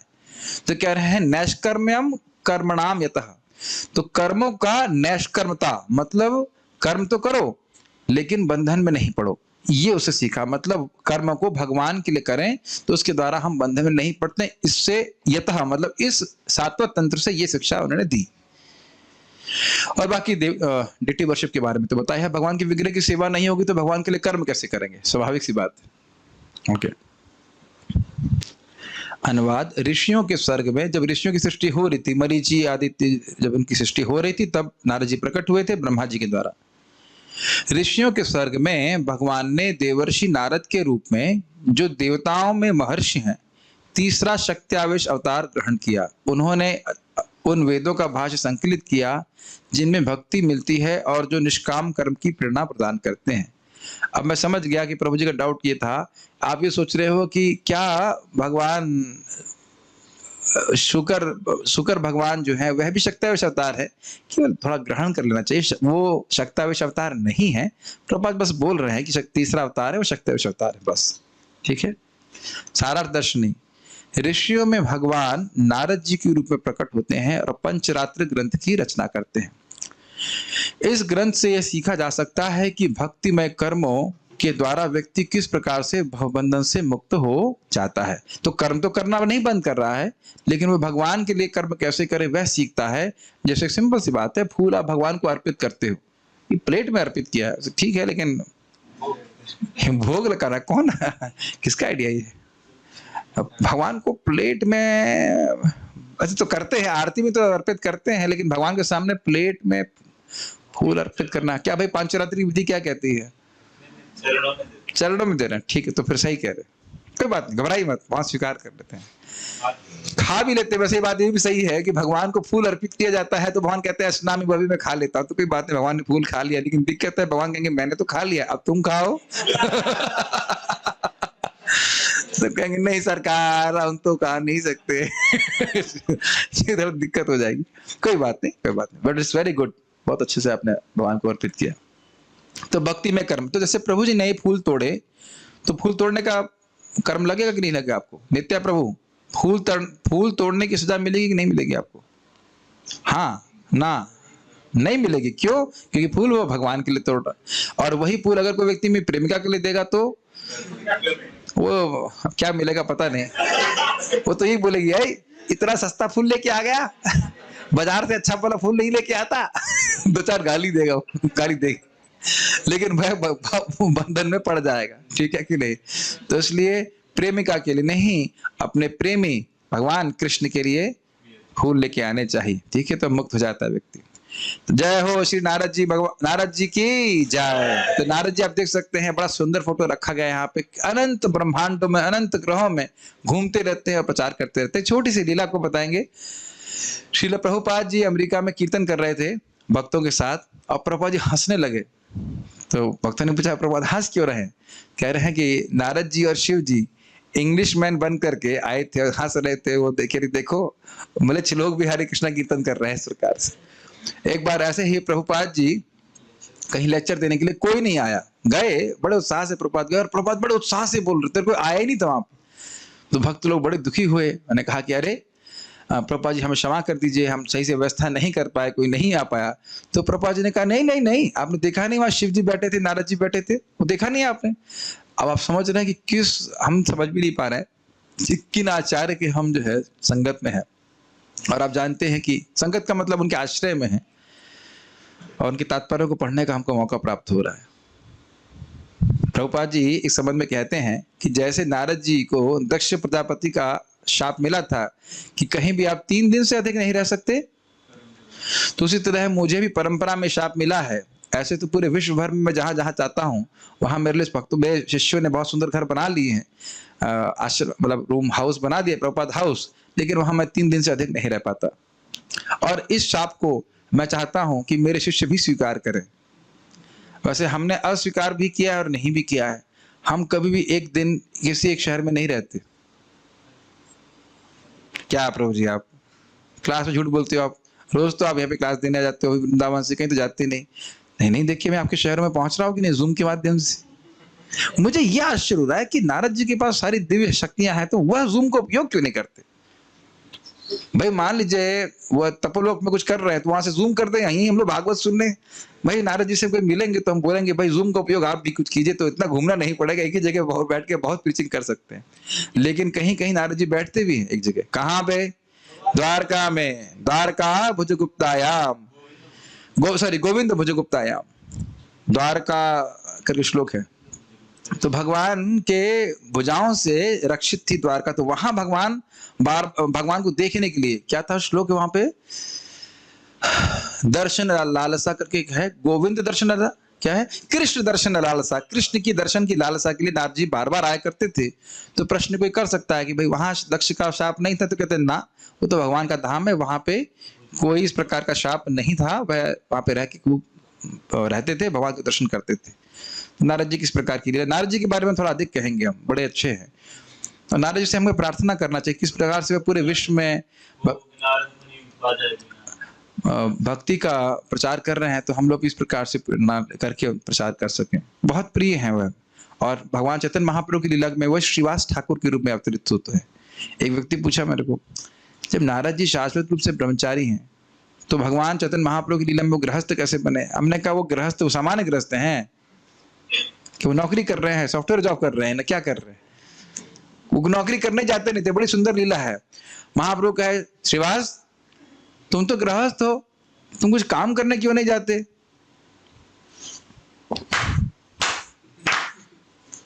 तो ने कहा तीन, ये क्या मतलब हुआ 3 बार ताली बजाने का? तो कहा देखिए बाहर तो मैं काम कर नहीं सकता, और हमें पहले दिन अगर खाना नहीं मिलता है तो हम फास्टिंग करते हैं, फिर दूसरे दिन खाना में नहीं मिलता है तो फास्टिंग करते हैं, तीसरे दिन खाना नहीं मिलता है तो हमने 3 बार ताली बजाते हैं, और खाना नहीं मिलता है तो फास्टिंग करते हैं, फिर अगले दिन नहीं मिलता है तो 3 बार ताली बजाते हैं, 1 2 3, फिर हम फास्टिंग करते हैं। तीसरे दिन भी नहीं आएगा तो हम अपने गले में पत्थर बांध करके गंगा जी में कूद जाएंगे।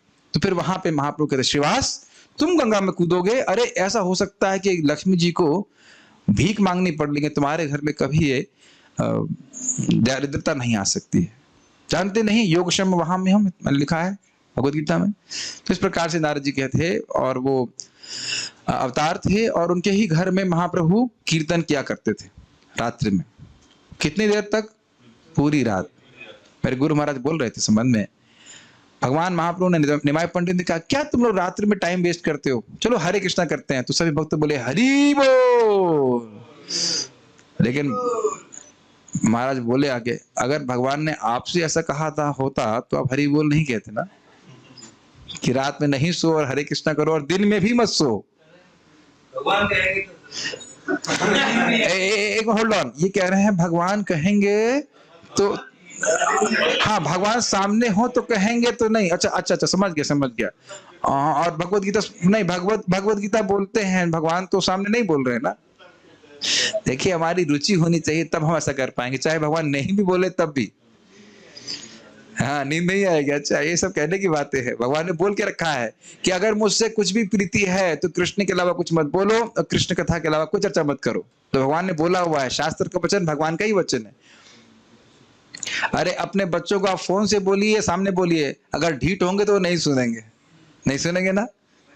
चाहे फोन से बोलिए चाहे सामने बोलिए, हम ढीठ बच्चे हैं, क्या करेंगे। खैर जो भी है, भगवान के शक्तावेश अवतार महर्षि नारद संपूर्ण जगत में भक्तिमय सेवा का प्रचार करते हैं। इस संबंध में महाराज की उक्ति है क्या है, अब देखो भाई ये नारद जी शादी कर लिए थे तो इतना प्रीचिंग नहीं कर पाते ना, तो थोड़ा बंधन हो जाता ना। कहाँ गया था, रात 10 बज गया, कहाँ प्रीचिंग करता रहता है, बच्चों का ध्यान कौन रखेगा। तो यह सब बोलने का अवकाश नहीं है। नारद जी जब चाहे कहीं भी घूम के प्रीचिंग करते हैं। ब्रह्मांड में सर्वत्र विभिन्न लोकों में तथा समस्त योनियों के सारे बड़े बड़े भगवत भक्त उनके शिष्य हैं। ध्यान दीजिएगा, कुछ फोटो यहाँ पे रखी गई इस प्रकार से, विभिन्न लोकों में। और ध्यान एक और बात दीजिएगा, चारों संप्रदाय में नारद जी हैं। ये भी इंटरेस्टिंग बात है, चारों संप्रदाय की कड़ी में नारद जी हैं। जैसे श्री संप्रदाय में भगवान कृष्ण से लक्ष्मी जी को, लक्ष्मी जी से नारद जी को, जहां तक मुझे स्मरण हो रहा है। हमारे संप्रदाय में भगवान से ब्रह्मा जी को, ब्रह्मा जी से नारद जी को, और ऐसे ही अन्य संप्रदाय में भी इसी प्रकार से नारद जी हर संप्रदाय में है। तो पर बात यह है कि संप्रदाय अलग कैसे हो गए, बीच वाले आचार्य तो वही हो गए, कॉमन ही कर दिए सबको। और बड़े बड़े लोग नारद जी के शिष्य हैं, उनको कुछ लोगों की फोटो हम दिखा रहे हैं, और छोटे छोटे लोग भी हैं। प्रभुपाद इसीलिए बोल रहे हैं समस्त योनियों के, यहां तक कि जानवरों का भी उद्धार, एक सर्प का भी उद्धार नारद जी ने किया। तो एक फोटो में आप यहाँ देख ही रहे हैं, नारद जी की शिष्य कौन है यहाँ पे, प्रहलाद महाराज। बुद्धिमान हैं आप लोग। कयाद्रु दिख रही हैं, प्रहलाद महाराज नहीं दिख रहे हैं, और प्रहलाद महाराज को भी नारद जी नहीं दिख रहे हैं। प्रहलाद महाराज को नारद जी नहीं दिखे थे, क्योंकि जब जन्म आने की बात है तो फिर नारद जी चले गए थे। कयाद्रु उस समय हिरण्यकशिपु तपस्या करने के लिए गया था, तो कयाद्रु नारद जी के आश्रम में रह रही थी। नारद जी वहाँ पे हैं? नारद जी को क्या वहां पे साफ नहीं? नारद जी अपने आश्रम में रहते होंगे, हो सकता है बाहर जाके फिर वापस आ जाते होंगे प्रवचन करने के लिए। जो कुछ भी रहा हो वो तो आप नारद जी से मिलिएगा तभी पूछिएगा कि क्या क्या उनका वो करिकुलम था, किस तरह से पढ़ा रहे थे। लेकिन कयादुरु ने नारद जी की सेवा करी और प्रहलाद महाराज ने उनसे सुना। और गर्भ में ही सुन करके भगवान के भक्त बन गए। तो जो माताएं बच्चों को जन्म देने वाली हैं, कम से अब आगे जाके बच्चा हरे कृष्णा सुनेगा या नहीं सुनेगा कौन जाने, लेकिन जब वो गर्भ में है तब तो हरे कृष्ण सुना देना चाहिए ना। ये नहीं कहना चाहिए कि हम संतान उत्पन्न करने वाले तो हरे कृष्णा कैसे करें। अरे अभी मौका है, हरे कृष्ण सुना दो, पता नहीं आगे जाके सुनेगा कि नहीं सुनेगा। और प्रभाव होता है, देखिए ना, गर्भ में ही प्रहलाद महाराज ने कितना भक्ति सीख ली, कितना नहीं सारी भक्ति सीख ली। क्योंकि उनसे पूछेंगे आगे जाकर के, हमने तो नहीं देखा कि षंड और अमर्क के अलावा आपके कोई गुरु हैं, उनके जो मित्र तो पूछते हैं ये सब आपने कैसे सीख लिया। तो फिर वो कहते हैं नारद जी से। नारद जी से कब सीखा? तो कह दिए बताते हैं कि मैं अपनी माँ के गर्भ में था तब सीख लिया। यहाँ बहुत इंपॉर्टेंट शिक्षा यह प्राप्त होती है कि भागवत विधि में शुद्धि और अशुद्धि का कोई विचार नहीं है। भागवत विधि मतलब श्रवण कीर्तन में नारद जी तो नहीं सुन रहे ना, ये सोच रहे हैं कि ये बच्चा तो ऐसा ही है, माँ के गर्भ में तो बड़ी अपवित्र अवस्था होती, कैसे ये कृष्ण कथा सुनेगा। सोचिए कृष्ण कथा कितनी शक्तिशाली है कि माँ के गर्भ में भी बच्चे को प्रभावित करती है। तो बताइए अगर बाहर आकर के व्यक्ति सुनेगा तो कितना प्रभावित हो जाएगा। हाँ, ये अलग बात है कि वहां पे उनको भोग करने की कोई सुविधा प्रदान नहीं थी, केवल श्रवण कर रहे थे। और हाँ, नारद जी की क्या सेवा करी उन्होंने गर्भ में बैठ करके? केवल श्रवण। और अब आप एक विचार कीजिए, सोचिए, नारद जी जान रहे हैं कयादु जरा समझ नहीं रही है। कयादु को तो यही डर है कि मेरा बच्चा मर ना जाए, मेरा बच्चा मर ना जाए, कहीं देवता मार ना दें। ये प्रहलाद महाराज कहते हैं, ज्यादा धारण नहीं कर पा रहे हैं। लेकिन नारद जी कितने उत्साहित हैं कि वो प्रहलाद महाराज को, एक व्यक्ति को जो दिख भी नहीं रहा है, उसको देखकर प्रचार कर रहे हैं। मैं एक भक्त को बोल रहा था, सीनियर भक्त को, हमने कहा प्रभु जी बहुत भीड़ की क्या जरूरत है। मैंने कहा परम पूज्य राधा गोविंद महाराज जी बीमार पड़ गए है ना, हमारा कितना नुकसान हो गया। नहीं तो 10-12 साल में इतना अमृत मिल जाता हम लोगों को कि हम लोग जिंदगी भर उसका आस्वादन कर पाते कि नहीं। और उनकी पुरानी रिकॉर्डिंग सब ध्वस्त हो गई। फिर हमने कहा परम पूज्य राधा कृष्ण प्रभु, उन्हीं महाराज जी के शिष्य हैं, बिल्कुल बेचारे अभी महाराज प्रभु जी बीमार हो गए, बहुत अच्छा भागवत बोलते थे, बिल्कुल मैं उनके प्रवचन सुना। हमने कहा आप भी इतना अच्छा प्रवचन करते हो, कोई रिकॉर्डिंग है आपकी? मैं उनसे थोड़ा मित्र के रूप में बोल रहा था। हमने कहा आप मर जाएंगे और अपने संगी अपना संज्ञान लेके चले जाओगे। बहुत गंभीरता में सोच रहे थे। अभी उन्होंने 1-2 रिकॉर्डिंग करना शुरू किया। तो फिर उन्होंने मुझे बोला अरे नहीं, माहौल नहीं बनता। हमने कहा देखिए, माहौल उन लोगों से बनता है जो सुनने के आग्रही होते हैं। अब देख लीजिए, नारद जी जान रहे हैं कि प्रहलाद महाराज आग्रही हैं, तो एक व्यक्ति को भागवत सुना रहे हैं। कितने उत्तम पुरुष है, उत्तम अधिकारी, महाभागवत हैं। वही तो नहीं कह रहे हैं कि 100-200 लोग आएंगे तभी माहौल बनेगा। आप लोग अपने आप को नारद जी के सामने रखिए, क्या आप इस प्रकार से एक माता जी को भागवत सुना सकते हैं जो गर्भवती हो और वो जान रहे कि माता जी सुन नहीं रही हैं, खाली बच्चा सुन रहा है? देख रहे कितना उत्साह है। आप लोग ट्राई भी मत कीजिएगा। कितने आश्चर्य की बात है, इज इट नॉट? उत्साह देख रहे नारद जी का, और उनके प्रभाव से प्रहलाद कितने बड़े भक्त बन गए। इतने बड़े भक्त बन गए कि नारद जी स्वयं उनका गुणगान करते हैं आगे जाकर के। ऐसे भक्त हुए। ठीक है। दूसरे भक्त हुए ध्रुव महाराज। भाई प्रहलाद महाराज तो निष्काम भक्त हुए, लेकिन ध्रुव महाराज परम तो नहीं कह सकते, पूर्ण रूप से सकाम भक्त, ब्रह्मा जी से बड़ा राज्य प्राप्त करना चाहते थे। तो उनके सर पे भगवान नारद जी हाथ रखे और कहा बेटा तुम भजन करो भगवान का। इसलिए ओम नमो भगवते वासुदेवाय बोला, और बोला बेटा देखो सुबह ठंड लगे तो स्नान नहीं करना, ये बोला ना। आजकल के माता पिता यही कहते हैं, हमारे बच्चे बीमार पड़ जाएंगे, 6 बजे से पहले तो उठा नहीं सकते। नहीं, छोटे बच्चे को कहा नारद जी ने कि 3 बार यमुना में स्नान करो। यहाँ 1 बार बच्चों का स्नान नहीं करा पा रहे हैं बच्चे। वो सब डिटेल तो आप 4था स्कंद में पढ़ेंगे।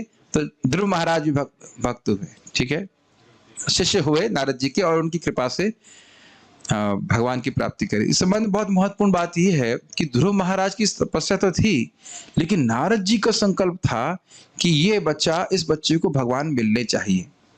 तो इस कारण से उनके आशीर्वाद से भगवान की प्राप्ति हुई। इसलिए उनको कहते हैं नारद। नार मतलब नारायण और द मतलब देने वाले। भगवान श्री नारायण को देने वाले हैं नारद जी। कृष्ण सत्युमार कृष्ण दिते पारो तुम्हार शक्ति आछे। ये समझते हैं इसका अर्थ। कृष्ण आपके हैं, आप कृष्ण को किसी को भी दे सकते हो, लेकिन किसी को देंगे क्यों? जब वह व्यक्ति उनको प्रसन्न करेगा, तो ध्रुव महाराज दृढ़ संकल्प थे भगवान विष्णु को प्राप्त करने के लिए, तो उस संकल्प को देख करके, बड़ा घोर संकल्प था कि मैं भगवान विष्णु को प्राप्त करना चाहता हूं, आप मार्ग बताइए नहीं तो हट जाइए मार्ग से, एकदम ऐसे ही बोला। तो नारद जी बड़े प्रसन्न हुए और उनको फिर ओम नमो भगवते वासुदेवाय का वो मंत्र बताया। इस संबंध में एक छोटी सी घटना और भी है नारद जी के संबंध में, कि नारद जी और पर्वत, जहां तक मुझे याद आ रहा है, पर्वत ऋषि, तो हिरण्यकशिपु तपस्या कर रहा था, तब प्रहलाद महाराज का जन्म नहीं हुआ था। कई बार लोग कहते हैं प्रहलाद महाराज का जन्म क्यों हुआ था, तो नारद जी और पर्वत मुनि वो एक चिड़िया के रूप में आए और तपस्या कर रहा है, और उन्हें बोल दिया ओम नमो भगवते वासुदेवाय, चिड़िया के रूप में। अब उसके कान में प्रवेश कर गया, वो तो शुद्ध उच्चारण है, शुद्ध भक्तों के द्वारा है, अब वो भूल ही ना पाए, उसके दिमाग में वही घूम रहा है ओम नमो भगवते वासुदेवाय। और गुस्सा हो रहा है, अरे मुझे विष्णु को मरना है, मुझे नहीं सुनना है, मुझे स्मरण नहीं करना है ओम नमो भगवते वासुदेवाय, लेकिन वही घूम रहा है मैं तपस्या नहीं करूंगा, छोड़ो। फिर जाकर के अपनी पत्नी का संग करता है, तो संग करते हुए उसके मन में क्या घूम रहा है, ओम नमो भगवते वासुदेवाय। अब देखिए लोग ए का बी कैसे करते हैं। मैं बता रहा था एक प्रवचन में कि भाई प्रभुपाद ने कहा कि 50 माला जब करना चाहिए पत्नी और पति को, तब संतानोत्पत्ति के लिए प्रयास करना चाहिए। तो तुरंत एक भक्त ने बोला कि हिरण्यकशिपु तो 50 माला नहीं कर रहा था प्रहलाद महाराज कैसे पैदा हो गए तो हमने कहा भाई नहीं कर रहा था, लेकिन उसके मन में तो ओम नमो भगवते वासुदेवाय घूम रहा था ना, तो वो हरि नाम घुमाने के लिए ही मन में शुद्ध चेतना रहे। प्रभुपाद जी 50 माला कर रहे हैं, तो मैंने उनको पूछा कि आप हिरण्यकशिपु के चेले बनना चाहते हैं या प्रभुपाद जी के चेले बनना चाहते हैं। तो देख रहे हैं अपनी इंद्रिय तृप्ति कहीं बाधित होगा तो तुरंत आदमी चिढ़ जाता है। हिरण्यकशिपु तो नहीं 50 माला कर रहा था, तो आप हिरण्यकशिपु के चेले हैं कि प्रभुपाद जी के चेले? ये प्रचार में लोग कैसे कैसे प्रश्न करते हैं और ध्वस्त करने में भी आनंद है तुरंत हिरण्यकशिपु को ने गुरु बना लिया कि नहीं, हिरण्यकशिपु ममा गुरु, जरासंध ममा गुरु, मेरे गुरु हिरण्यकशिपु हैं, श्री हिरण्यकशिपु। अच्छा, ये तो बड़े बड़े लोग हुए। अब नारद जी के छोटे से गुरु शिष्य कौन है? मृगारी, जो एकदम निम्न योनि में थे और पशुओं को आधा मार के छोड़ देते थे। फिर नारद जी उनका ध्यान करते हैं और कहते हैं ये तुम ये इसको त्यागो और भजन करो। तो भजन करते हैं, तो 1 साल बाद जब वापस का आते हैं, नारद जी देखते हैं कि हमारा भक्त विलुप्त तो नहीं हो गया है। विलुप्त समझते हैं, भक्ति छोड़ देते हैं। तो पर्वत मुनि और नारद जी मित्र हैं, दोनों आते हैं। तो ये मृगारी देख सकते हैं, इस फोटो में भी आप देख सकते हैं कि उनको प्रणाम करने से पहले जमीन साफ करने लगा, फूंक मारने लगा, फिर प्रणाम किया। तो ने पूछा कि कैसा भजन चल रहा है? कहते गुरु महाराज सब अच्छा चल रहा है। तो क्या आपने फूंक क्यों मारी? कहते मेरे सामने चींटियां आ गई, तो मैं अगर प्रणाम करता वो चींटियां मर जाती। तब पर्वत मुनि कहते हैं कि नारद जी आप दिव्य मणि के समान है, जिसको भी स्पर्श करते हैं वह पूरा परिवर्तित हो जाता है। ये आता है चैतन्य चरितामृत में आत्मा रामा श्लोकी की 61 व्याख्या, उसमें आता है कि एकदम हीन व्यक्ति भी भगवान की उपासना कर सकता है। तो ये मृगारी का उदाहरण वहां पे दिया जाता है। ठीक है, दूसरे यहाँ पे और एक अन्य भक्त हैं, यह युधिष्ठिर महाराज। युधिष्ठिर महाराज को आप पूरा फोटो नहीं दिखा पा रहे हैं, फोटो में भगवान कृष्ण का चरण दिख रहा है, ये राजस्व यज्ञ का भाव हो रही है। तो वहां पे नारद जी आते हैं और नारद जी युधिष्ठिर महाराज को व्याख्यान करते। तो ये 7वें स्कंद की शुरुआत है। 7वें स्कंद में युधिष्ठिर महाराज जी नारद जी से प्रश्न करते हैं, तो वहां पे उनको वह भगवान के बारे में बताते हैं। ये है प्राचीन महर्षद, ये ध्रुव महाराज के वंश परंपरा में आए थे, तीसरे वंश में थे, मैं भूल रहा हूं। ध्रुव प्राचीन महर्षद किसके बेटे हैं? पृथु महाराज के आगे आते हैं, पृथु महाराज के बाद आए थे प्राचीन महर्षद। तो ये कर्मकांड में खूब लगे हुए थे, खूब कर्मकांड कर रहे थे, और इनको किसी ने बताया नहीं भगवान की भक्ति करो। फिर नारद जी आते हैं और उनको कुछ कहानी सुनाते हैं। कहानी का नाम था, हाँ यानी कहानी सुनाते हैं ना, कहानी का नाम क्या है? पुरंजन उपाख्यान। बहुत लंबा उपाख्यान है, सबसे लंबा उपाख्यान है भागवत का। उसका उपाख्यान सुनाते हैं, उसके बाद उनको फिर समझाते हैं कि भाई कर्मकांड करने से अच्छी बात नहीं है। तो एक रोचक प्रश्न करते हैं प्राचीन वर्षद, नारद जी आप पहली बार आए और आप बता रहे हो भगवान की भक्ति के बारे में, और इतने ब्राह्मण आ गए, उन्होंने कभी कुछ नहीं बताया। तो 2 बातें हो सकती हैं कि या तो मैं योग्य नहीं था, और या फिर उनको पता नहीं था कि भगवान की भक्ति करनी चाहिए। देखिए सतयुग की बात है, तब ये स्थिति है। तो नारद जी ने कहा हाँ आप तो योग्य थे, लेकिन उनको ही पता नहीं था इसलिए बताया नहीं। तो इसलिए समझिए कि हमारा बहुत बड़ा भाग्य है कि हमको भागवत धर्म भक्ति के बारे में श्रवण करने को मिल रहा है। ठीक है, श्रीमद् भागवतम के संग और कौन से याद आ रहे हैं आपको? वाल्मीकि जी याद आ रहे हैं? हाँ, अंगुली माल थे ना पहले, उसके बाद वह है माला माल हो गए भगवान का नाम उसके बाद वह भगवान का राम नाम उच्चारण करके भक्त बन गए। वो बोलते भी हैं कि भगवान का नाम उच्चारण करते करते भगवान राम की लीला ऐसी दिखाई पड़ रही है जैसे मेरे हाथ में रखा हुआ आंवला, अर्थात एकदम साक्षात दिख रही है। और भगवान श्री राम के अवतरित होने से पहले ही वाल्मीकि जी ने रामायण को रचना कर दी थी। इसे कहते हैं दिव्य ज्ञान हृदय में प्रकाशित होना। और कोई आशीष याद आ रहे हैं आपको नारद जी के, जो मुझे याद नहीं है अब तक? वसुदेव जी भी को भी भगवान के बाप को भी, अगर कहा जाए तो भगवान के पिताजी को भी वह भगवत धर्म की शिक्षा देते हैं, मतलब बोलते हैं इस प्रकार से। और कहीं याद आ रहा है आपको? चित्रकेतु महाराज, यस, चित्रकेतु महाराज भी नारद जी के शिष्य थे और प्रचेतागण को भी शिक्षा देते हैं। चौथे स्कंद के 31वें अध्याय में वह प्रचेताओं को भी शिक्षा देते हैं। दक्ष को भी कुछ बोलते नहीं है, लेकिन दक्ष के बेटों को, 10,000 बेटों को और 12,000 बेटों को ब्रह्मचारी बना देते हैं। दक्ष के तो 10,000 बेटे होते हैं, उनको तो पहले बूझते हैं, बूझते हैं, वो समझ जाते हैं हाँ भगवान के पास भक्ति करनी चाहिए। फिर जब 2,000 बेटे पैदा हुए तो उतना बोलते हैं छोटे भाइयों को बड़े भाइयों के पीछे चलना चाहिए। वो इतना बोला और सब ब्रह्मचारी बन गए। इतने शक्तिशाली हैं श्रील नारद जी। और कोई शिष्य याद आ रहे हैं भागवत में? तो ये बहुत हो गए, बहुत सारे हो गए। ठीक है, बहुत सारी शिक्षाएं अब नारद जी की देखेंगे, बहुत सारी शिक्षाएं। अभी आप प्रथम स्कंद में ही उनकी शिक्षाओं को देखने वाले हो। श्रीमद् भागवत भी उनकी प्रेरणा से ही हमारे सामने प्रस्तुत हुई है व्यासदेव जी के द्वारा। तो यहाँ देख रहे हैं व्यासदेव जी को श्रीला नारद जी कुछ बोल रहे हैं। श्रीमद् भागवतम के संकलन करता श्रीला व्यासदेव भी उनके शिष्यों में से एक है। आप सोचिए, जो भगवान के वांग्मय अवतार हैं वही उनके शिष्य हैं, तो अब कितने महान होंगे आप कल्पना भी नहीं कर सकते। और उनकी शुरुआत कहाँ से हुई? एक दासी पुत्र के रूप में। ये देख रहे हैं भगवान की भक्ति का प्रभाव। पिछले कल्प में एक दासी के पुत्र के रूप में थे। दासी का नाम भी भागवत में नहीं रखा गया है, लेकिन वो इतने महान हो गए भक्ति के द्वारा कि भगवान भी उनके शिष्य हुए। वासुदेव तो भगवान के अवतार हैं। तो भगवान की भक्ति करके आप कितना ऊंचा उठ जाओगे, आप उसकी कल्पना नहीं कर सकते। नारद पंचरात्र जो भगवत भक्ति विषयक वेदों का भाष्य है, उन्हीं के द्वारा रचित है। ये बहुत महत्वपूर्ण बात है। संकलन किया तो इसका अर्थ यह नहीं सोच लेना होगा कि अपने मन से कुछ लिख दिया। आचार्यगण अपने मन से कुछ नहीं लिखते हैं। वेद की ही बात को वह क्या कहते हैं, निर्यासित रूप से उसको सार रूप में ग्रहण करके और ऐसे बताते हैं ताकि बद्धजीव उसको ग्रहण करके उसका उद्धार हो सके। पूरा वेद ना पढ़ने की जरूरत हो उसको। यह नारद पंचरात्र कर्मियों को कर्म बंधन से मुक्ति दिलाने की शिक्षा देता है। बद्धजीव अधिकांश सकाम कर्म के प्रति आसक्त होते हैं क्योंकि वे अपने श्रम द्वारा जीवन का आनंद भोगना चाहते हैं। इसका अर्थ समझते हैं? खूब मेहनत करो भाई, मेहनत करते हैं हम। तुम लोग इतने बस हरे कृष्णा नहीं करते, मेहनत करते साहब, मेहनत करते, पसीना बहाते हैं। लेकिन किस लिए? सोचते हैं इस पसीने को बहा करके हम थोड़ा खून बहाएंगे। मैं इसकी व्याख्या नहीं करूंगा, समझ गए ना? यह सारा ब्रह्मांड समस्त योनियों के सकाम कर्मियों से भरा पड़ा हुआ है। ये इंटरेस्टिंग बात है। अगर आप कहें प्रभु जी भक्त तो बड़े कम दिखते हैं, तो अब हैं कहां स्थान पे? भाई जेल में असभ्य व्यक्ति ही तो रहते हैं। आप कहो जेल में हमें कोई पंडित जी नहीं दिखते, स्वाभाविक सी बात है, जेल में सारे महात्मा ही तो इकट्ठे होते हैं।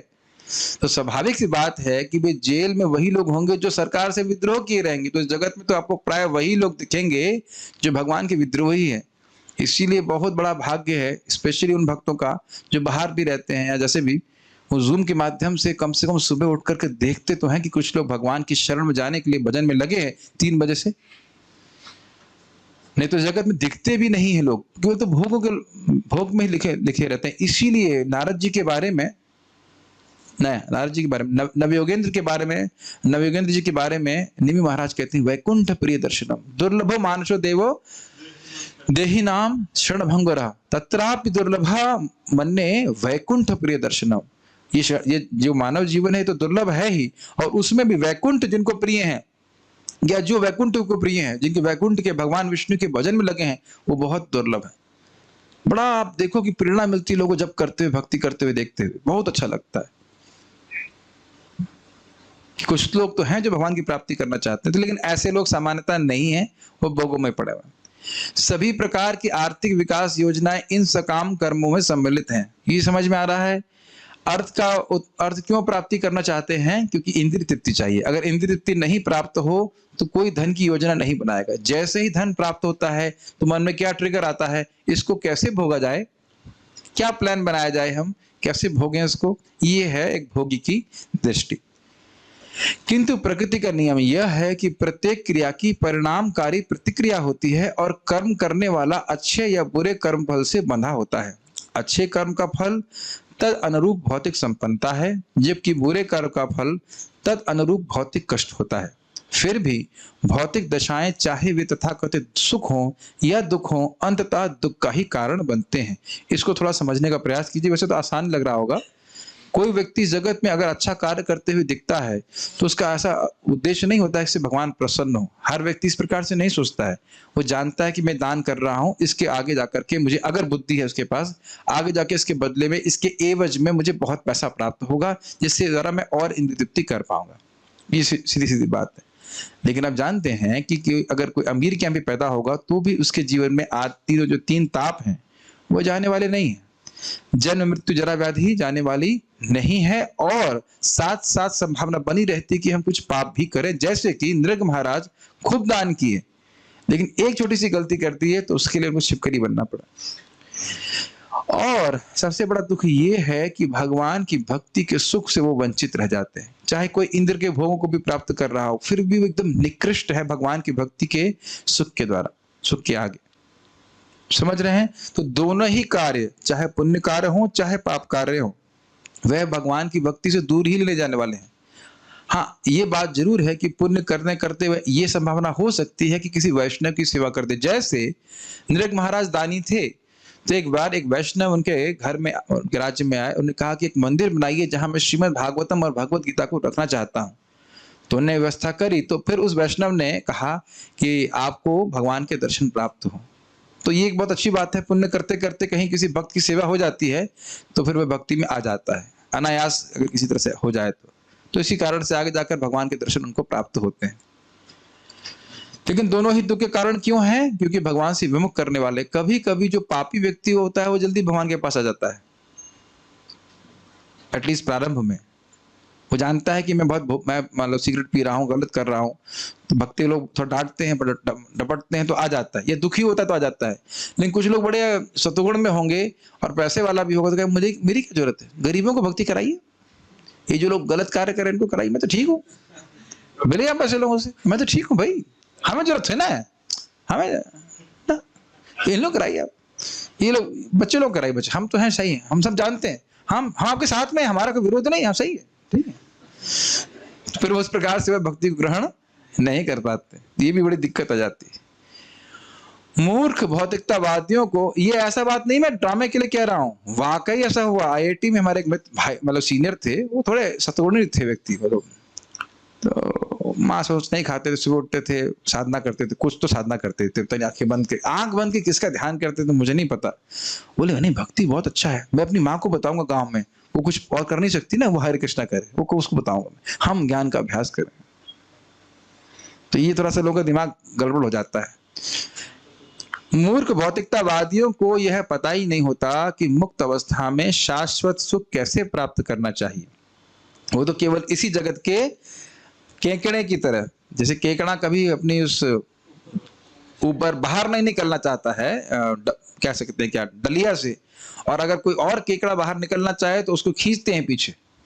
उसी प्रकार से हम लोग भगवान की भक्ति करना चाहते हैं तो भगवान के पास जाना चाहते हैं, घर वाले क्या बोलते हैं, पागल हो गए हो क्या तुम, पागल हो गए हो, नौकरी कौन करेगा, तुमको एमएससी किसने करवाई, हमने क्यों करवाई एमएससी, बीटेक क्यों करवाई, इतने पैसे क्यों खर्च किए, ऐसा ऐसा, अरे मुझे 50 लाख रुपए वापस ला के दो।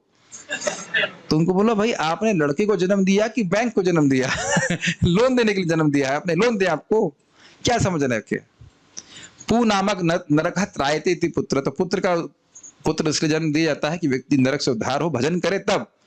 समझे? तो ये अगर पुत्र है तो बोलना चाहिए तेरे को क्यों जन्म दिया, रोटी क्यों ठुसवाई तेरे को, हरे कृष्णा क्यों नहीं करता है, ये बोलना चाहिए।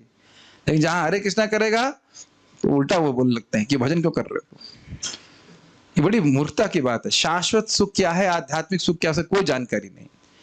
ये बातें बार बार आती है लेकिन लोग पकड़ नहीं पाते। अभी भी दुनिया में लगा हुआ है कि हम ये बन जाए, हम वही बन जाए, हम केवल मूर्ख बन रहे हैं और कुछ नहीं बन रहे। पता नहीं, अभी दोपहर में मैं कुछ सो रहा, जब रेस्ट कर रहा था तब स्वप्न देख रहा था कि रात में देख रहा था मंदिर में बहुत बड़ी प्रॉब्लम आ गई, ये मैनेजर चेंज हो गए, ये हो गया, वो हो गया। फिर सपना टूटा तो क्या हुआ, कुछ नहीं था, स्वप्न था। बड़ी गंभीर बात थी, है ना, बड़ी गंभीरता से सपने को देख रहे थे वो लोग। इसी प्रकार से हम बड़े चिंतित रहते हैं, भाई ये तो बहुत बड़ी समस्या है, ये समस्या तो उसको समाधान करना चाहिए, उसके बाद ही भजन कर पाएंगे। लेकिन जिस दिन सपना टूटेगा तो अपने आप पे ही हंसेंगे कि क्या, किन चीजों को लेकर के मैं रो रहा था। और अभी भी समझते होंगे जो भौतिक आसक्तियों के विषय आप रोते थे, अब क्या बचपना था हमारा इस प्रकार से। Is it not? यही नारद जी की उक्ति है कि जैसे ही मेरी अविद्या नष्ट हुई तो मैं तो हंसने लगा। मैं तो सोचा, अरे केवल अज्ञान के कारण ही मैं अपने आप को अपने स्थूल और सूक्ष्म शरीर से अपनी पहचान कर रहा था। ये नारद जी की उक्ति थी। जैसे आदमी सोते से उठ जाता है, बिल्कुल वैसे। नारद जी का आशीर्वाद होगा तो हम इस प्रकार से प्राप्त कर पाएंगे भगवान की सिद्धि। श्री नारद जी इन मूर्ख सकाम कर्मियों को बताते हैं कि किस तरह वास्तविक सुख प्राप्त करना चाहिए। वे संसार के रुग्ण मनुष्यों को निर्देश देते हैं कि किस प्रकार उनके वर्तमान पेशे से उनका आध्यात्मिक उत्थान हो सकता है। वैद्य दूध की बनी वस्तु खाने से अपच से पीड़ित रोगी को दूध से ही बना दही खाने का उपचार बताता है। बड़े फोटो डाल रहे हो प्रभु जी, ताकि कभी तो जगिए क्लास में। तो दूध से पेट खराब होता है कि नहीं? बहुत ज्यादा दूध पी लेते हैं तो दस्त लग जाता है, तो फिर क्या खाते हैं करना मत प्रभु। किसी को लूज मोशन हो जाए तो क्या खाना चाहिए? दही। अरे दही तो दूध से आया साहब, दही दूध से आया है, लेकिन दही का प्रभाव अलग है।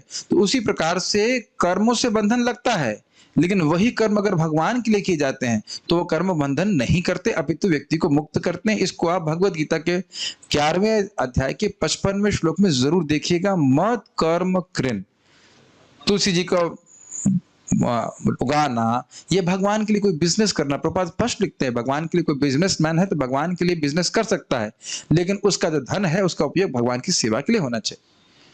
तो बिजनेस करते हुए भी बंद नहीं रहेगा। तो आप देखिए कितनी सुंदर बात है, बिजनेस करने की प्रवृत्ति है सब में, लेकिन वह करते हुए अगर उसके फल को भगवान को समर्पित कर रहा है, भगवान के लिए वो कर रहा है, तो फिर वो मुक्त हो जाएगा।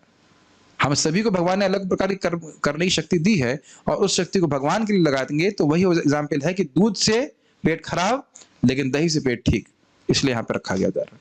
ठीक है, याद रहेगा। कुछ सफेद देखा था आपने, क्या देखा था? दूध और दही। हाँ, तो यानी प्रभु जी कह रहे हैं कि हमने ये सीखा कि हमें दही खाना चाहिए, तो करना में प्रभु आप दही देना, इतना सीखा। खाना खाने से बंधन लगता है कि नहीं लगता है? क्या बोल रहे हैं? लगता है, हर कौर के संग लगता है, लेकिन अगर वो भगवान को समर्पित प्रसादम है तो बंधन नहीं लगता। ठीक है।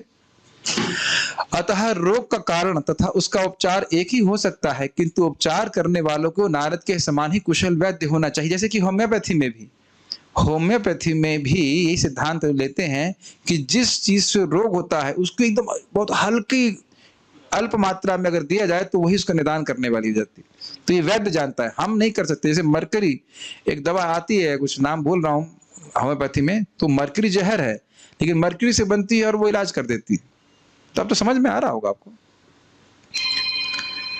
भगवत गीता का भी यही उपदेश है कि अपने श्रम के फल से भगवान की सेवा करनी चाहिए। 11:55, इससे नैष्कर्म या मुक्ति का पथ सुलभ हो सकेगा। तो हमें नारद जी के बारे में सीखा। अब कोई प्रश्न है किसी वक्त तो मैं ले सकता हूं, और अन्यथा फिर हम लोग प्रयाण करेंगे। What is the age of present Brahma? कौन बताएगा? रघुपति प्रभु, ब्रह्मा जी की आयु बताइए इस समय। ना वो तो लंबा हो गया। आयु जैसे आपकी आयु है उस प्रकार से हम कितने साल के हैं? ब्रह्मा जी नहीं, ब्रह्मा जी की आयु उस समय 50 साल है। 50 साल के ब्रह्मा जी हैं। क्योंकि 50 साल जब होता है तब नील माधव से जगन्नाथ के रूप में भगवान पूजे जाते हैं। ये बात शायद आउट ऑफ सिलेबस थी, नहीं पता था। तो ये ब्रह्मा जी 50 साल के बाद। And these 4 Kumaras are from the very first day of Brahma और incarnated in this day of Brahma. जो हमारी अंडरस्टैंडिंग है यह इस ब्रह्मा जी के इस दिन से इनकी सृष्टि है। 51 साल के हैं, चलो भाई 51 मान लिए, 50 कोई बोला 50, कोई 51, कोई। अब ब्रह्मा जी के बाप तो है नहीं, तो आप क्या बोल सकते हैं? ब्रह्मा जी के बाप तो भगवान विष्णु हैं, तो उन्हीं से पूछ लीजिएगा। आप तो ब्रह्मा जी के बाद ही पैदा हुए हो तो 50 बोलो, चाहे आप 51 बोलो, चाहे 49 बोलो, शास्त्र में लिखा हो तो आप बोल सकते हैं, नहीं तो कुछ नहीं बोल सकते। अरे ठीक है, झगड़ा मत करो भाई। 50 51 इसी में बहस चालू हो गई। देखो यही होता है, इसी में बहस चालू हो गई। 50 के हैं कि 51 क्या है, बोलते बोलते हम ही मर जाएंगे।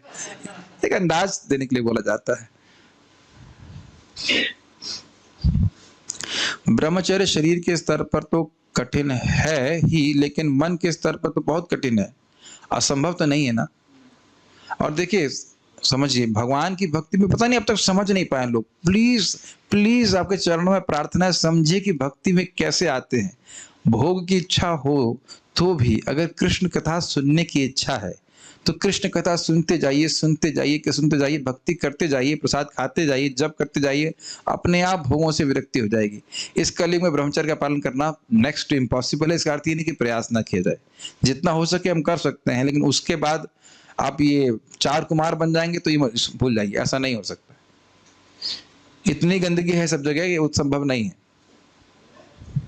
लेकिन ये नहीं है कि हम प्रयास ही नहीं करें। नो साउंड प्रभु जी, काफी देर में मालूम चला।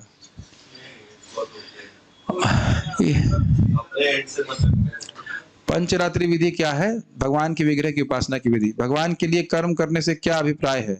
ये सिंपल समझना चाहिए कि जो व्यक्ति कुछ कार्य कर रहा है, उसके धन जो अर्जित होता है उसे भगवान की सेवा के लिए उपयोग करे। प्रभुपाद जी कहते हैं 50% अपने धन जो अर्जित होता है वो भगवान की सेवा के लिए उपयोग में लाना चाहिए, उनकी कीर्ति के प्रचार के लिए। भगवान के लिए कर्म कैसे कर सकते हैं? जैसे अभी भगवान के लिए कर्म कर रहा हूं, अगर आपके कर्मों का उद्देश्य भगवान की कीर्ति का प्रचार है, या घर में भगवान के विग्रह की सेवा हो, विग्रह है उनकी सेवा होती है, तो भगवान के लिए कर्म है। वो डिटेल में सीखना पड़ेगा कि क्या क्या कर्म है। जैसे आकाश कश्यप पूछ रहे हैं, मेरे पास ये साधुरस है, तो आज आप मृदंग बजाते होते भगवान के लिए कर्म है, भगवान की सेवा है। या आप अगर मिठाई की शॉप खोले हैं, जहां तक मुझे लगता है, तो मिठाई की दुकान में मिठाई का भोग भगवान को लगा दो। सामान्य लोग तो मिठाई का भोग भगवान को लगाने वाले हैं नहीं। अपने जितने भी आपके क्या कहते हैं वो मिठाई वाले बनाने वाले हैं, उनको भक्त बना दो, उनको जप कराओ, तो ये सब भगवान के कर्म में आ जाएगा। तो व्यक्तिगत प्रश्न है, उसको एक एक पॉइंट को लेना पड़ता है। क्या वैष्णवों को भी श्राप लगता है? हाँ, लेकिन प्रभाव नहीं होता उसका, वो सही उपयोग कर लेते हैं। श्राप लगा ना, चित्रकेतु महाराज को लगा, उनकी भक्ति थोड़ी डाउन हुई। नारद जी को भी लगा, ये कह सकते स्वीकार किया, उन्होंने स्वीकार किया, और परीक्षित महाराज ने भी स्वीकार किया, उसको उसका प्रतिरोध नहीं करते। अच्छा, हरे कृष्ण हरे, ठीक है, हरे कृष्ण मंत्र याद दिलाने के लिए अच्छा आपने बताया। देन आपने बताया कि श्री प्रभुपाद जी के शिष्य ने नारद जी के दर्शन किए, प्रभुपाद जी ने नारद जी के दर्शन किए।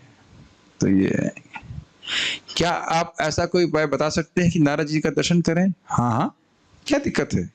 नारद जी का हम स्मरण कर रहे हैं, वो नारद जी के दर्शन से अलग है।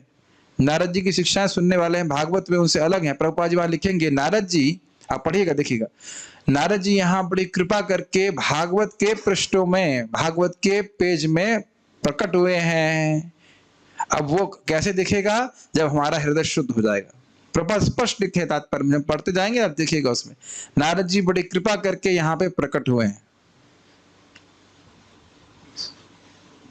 वो तब समझ में आएगा जब हम पूरी तरह शुद्ध हो जाएंगे। लेकिन शुद्ध हो या नहीं हो, लेकिन नारद जी का संग प्राप्त हो रहा है जब उनके वचनों को हम सुनेंगे। काफी सुनेंगे हम लोग। पांचवें अध्याय में, चौथे अध्याय में आएंगे, 5वें अध्याय में सुनेंगे उनके बारे। प्रहलाद महाराज इज रिसाइडिंग सुतरलोक। क्यों? क्योंकि भगवान ने ऐसा कहा। सुतरलोक तो नीचे के प्लैनेट्स में है, लेकिन वह स्वर्ग के समान है। स्टोरी क्या है? बने रहिए, 8वें स्कंद तक सुनाएंगे स्टोरी वहां पे। जब तक हम 8वें स्कंद तक नहीं पहुंच जाते हैं, मिलिंद प्रभु भक्ति मत छोड़ना, उसके बाद तक तो नहीं छोड़ोगे। काफी समय हो जाएगा, मैं कहा से 6-7 साल तो लग जाएगा ना। As even lord Vishnu said to Bali Maharaj, सवर्णीय मनवंतर में आपको इंद्र का पद प्राप्त होगा। Until that Bali Maharaj will stay in Sutarlok. ऐसा प्रश्न मत कीजिए, इससे क्या फर्क पड़ता है? प्रहलाद महाराज वैकुंठ क्यों नहीं गए? अरे जब हैं ही वैकुंठ में तो वैकुंठ में जाएंगे कहाँ? क्या कहना चाहते हैं आप? भक्त जो शुद्ध भक्त है वो भौतिक जगत में नहीं रहता है, वो आध्यात्मिक जगत में ही रहता है। ठीक है। पुरंजन, ध्रुव महाराज नारद जी शिष्य, क्या प्रश्न कहना चाहते हैं? अरे वो ध्रुव महाराज के बारे में, नारद जी के शिष्य के बारे में पूछ रहे हैं। हाँ, कोई भक्त कह रहे हैं कि जब भी प्रभुपाद जी कीर्तन करते थे तो उन्होंने शिष्यों को बोला कि वह नारद जी के लिए आसन दे दें। पंचरात्रि क्या है? पंचरात्रि मतलब 5 रातें जिसमें उन्होंने शास्त्र लिखा। ठीक है, अब तो समझ में आ गया। अब हम लोग पारायण करेंगे। पारायण की फाइल आप लोग के सामने भेज दी गई है।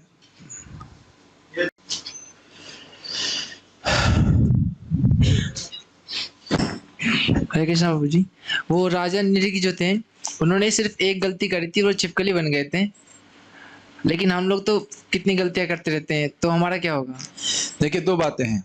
एक तो यह है कि महाराज निरीक्षक भक्ति नहीं कर रहे थे, कर्मकांड में लगे हुए थे, और उनसे पूछा गया कि आप अपने गलतियों को भोगना चाहते हैं कि अपने पुण्य को? तो उन्होंने कहा पहले गलती भोग लेता हूँ, फिर आराम से पुण्य भोगूंगा। तो यही तो कर्मियों की मानसिकता है, इसलिए छिपकली बने। वो अपनी बाई चॉइस छिपकली बने थे। मतलब उन्हें ये नहीं पता था कि छिपकली बनेंगे, लेकिन उन्होंने स्वीकार किया कि पहले मैं अपने पापों को भोगना चाहता हूँ ताकि आराम से फिर। तो इनका खुद का चुनाव था। दूसरा क्या है, छिपकली बनने के बाद भी उनकी स्मृति बनी रही। कौन की कृपा थी उनके ऊपर? ठीक है। तो अगर भक्त कुछ गलती करता भी है और उसको दोबारा जन्म लेना भी पड़े तो वह भगवान के आयोजन से होता है, वो कर्मों की वजह से नहीं होता है। भगवान के भक्त को केवल इसीलिए जन्म लेना पड़ सकता है कि वो अपराध किया हो, और अपराध, लेकिन वो सब कुछ भगवान की अध्यक्षता में होता है। अपराध हो या कुछ भी हो जिसकी वजह से उसको दोबारा जन्म लेना पड़े, या परिपक्व नहीं हुआ, तो कर्मानुसार नहीं, भगवान की व्यवस्था के अनुसार जन्म लेता है। तो कितना भी जन्म लगे, हमें भगवान की भक्ति ही करनी। भगवान के भक्त भी थे, लेकिन प्राय वो कर्मकांडी थे, शुद्ध भक्त नहीं थे। नहीं तो जो शुद्ध भक्त है वो ऐसा भगवान से नहीं बोलेगा। दान देने वालों में आपने मेरा नाम तो सुना होगा। ब्रह्मा भगवान के सामने कोई ऐसा व्यक्ति नहीं बोल सकता है। माइक पे बोलिए। वो शुद्ध भक्त भी नहीं थे, भक्त भी नहीं थे। मैं ये नहीं बोल रहा हूँ कि शुद्ध भक्त भी नहीं थे और भक्त भी नहीं थे, ये सब मैं नहीं बोल रहा हूँ। उनका नाम भागवतम में क्यों आया? ये दिखाने के लिए भगवान ने स्वयं बोला कि बेटा ब्राह्मणों से पंगा मत लो। मतलब जो भगवान ब्राह्मण हैं, वैश्य हैं, उनकी संपत्ति को भूल करके भी चुराना मत। और कोई भक्त ब्राह्मण कोई भी क्रोधित भी हो तो देखो मेरी तरह, भगवान कृष्ण कहते हैं मेरी तरह तुम मुस्कुराते रहना। ये वो बोल रहे हैं, आप देख लीजिएगा उसमें, ये शिक्षा देने के लिए। ठीक है ना? ओके, माइक दीजिए प्रभु जी। प्रभु जी, आप ही कहा कि 4 कुमारों की उत्पत्ति भौतिक जगत की कौमार सृष्टि में हुई। कौमार सृष्टि में, हाँ जी। इसको कैसे समझें? कौमार सृष्टि मतलब कुमारों का सृष्टि, वो नाम रखा गया है। कुमारों की सृष्टि ये कौमार सृष्टि कहलाती है। जैसे ऋषियों की सृष्टि, जब ऋषियों की सृष्टि हो रही थी तो उसको ऋषि सर्ग कहा जाएगा। तो जब कुमारों की सृष्टि हो रही थी उसे कुमार सर्ग कहा जाएगा। नाम रखा जा रहा है ऐसे। आपने कहा कि आपका घर लखनऊ में है, लखनऊ का नाम लखनऊ क्यों पड़ा? ये प्रश्न नहीं, वो रखा है, लखनऊ नाम है तो लखनऊ नाम है। ठीक है।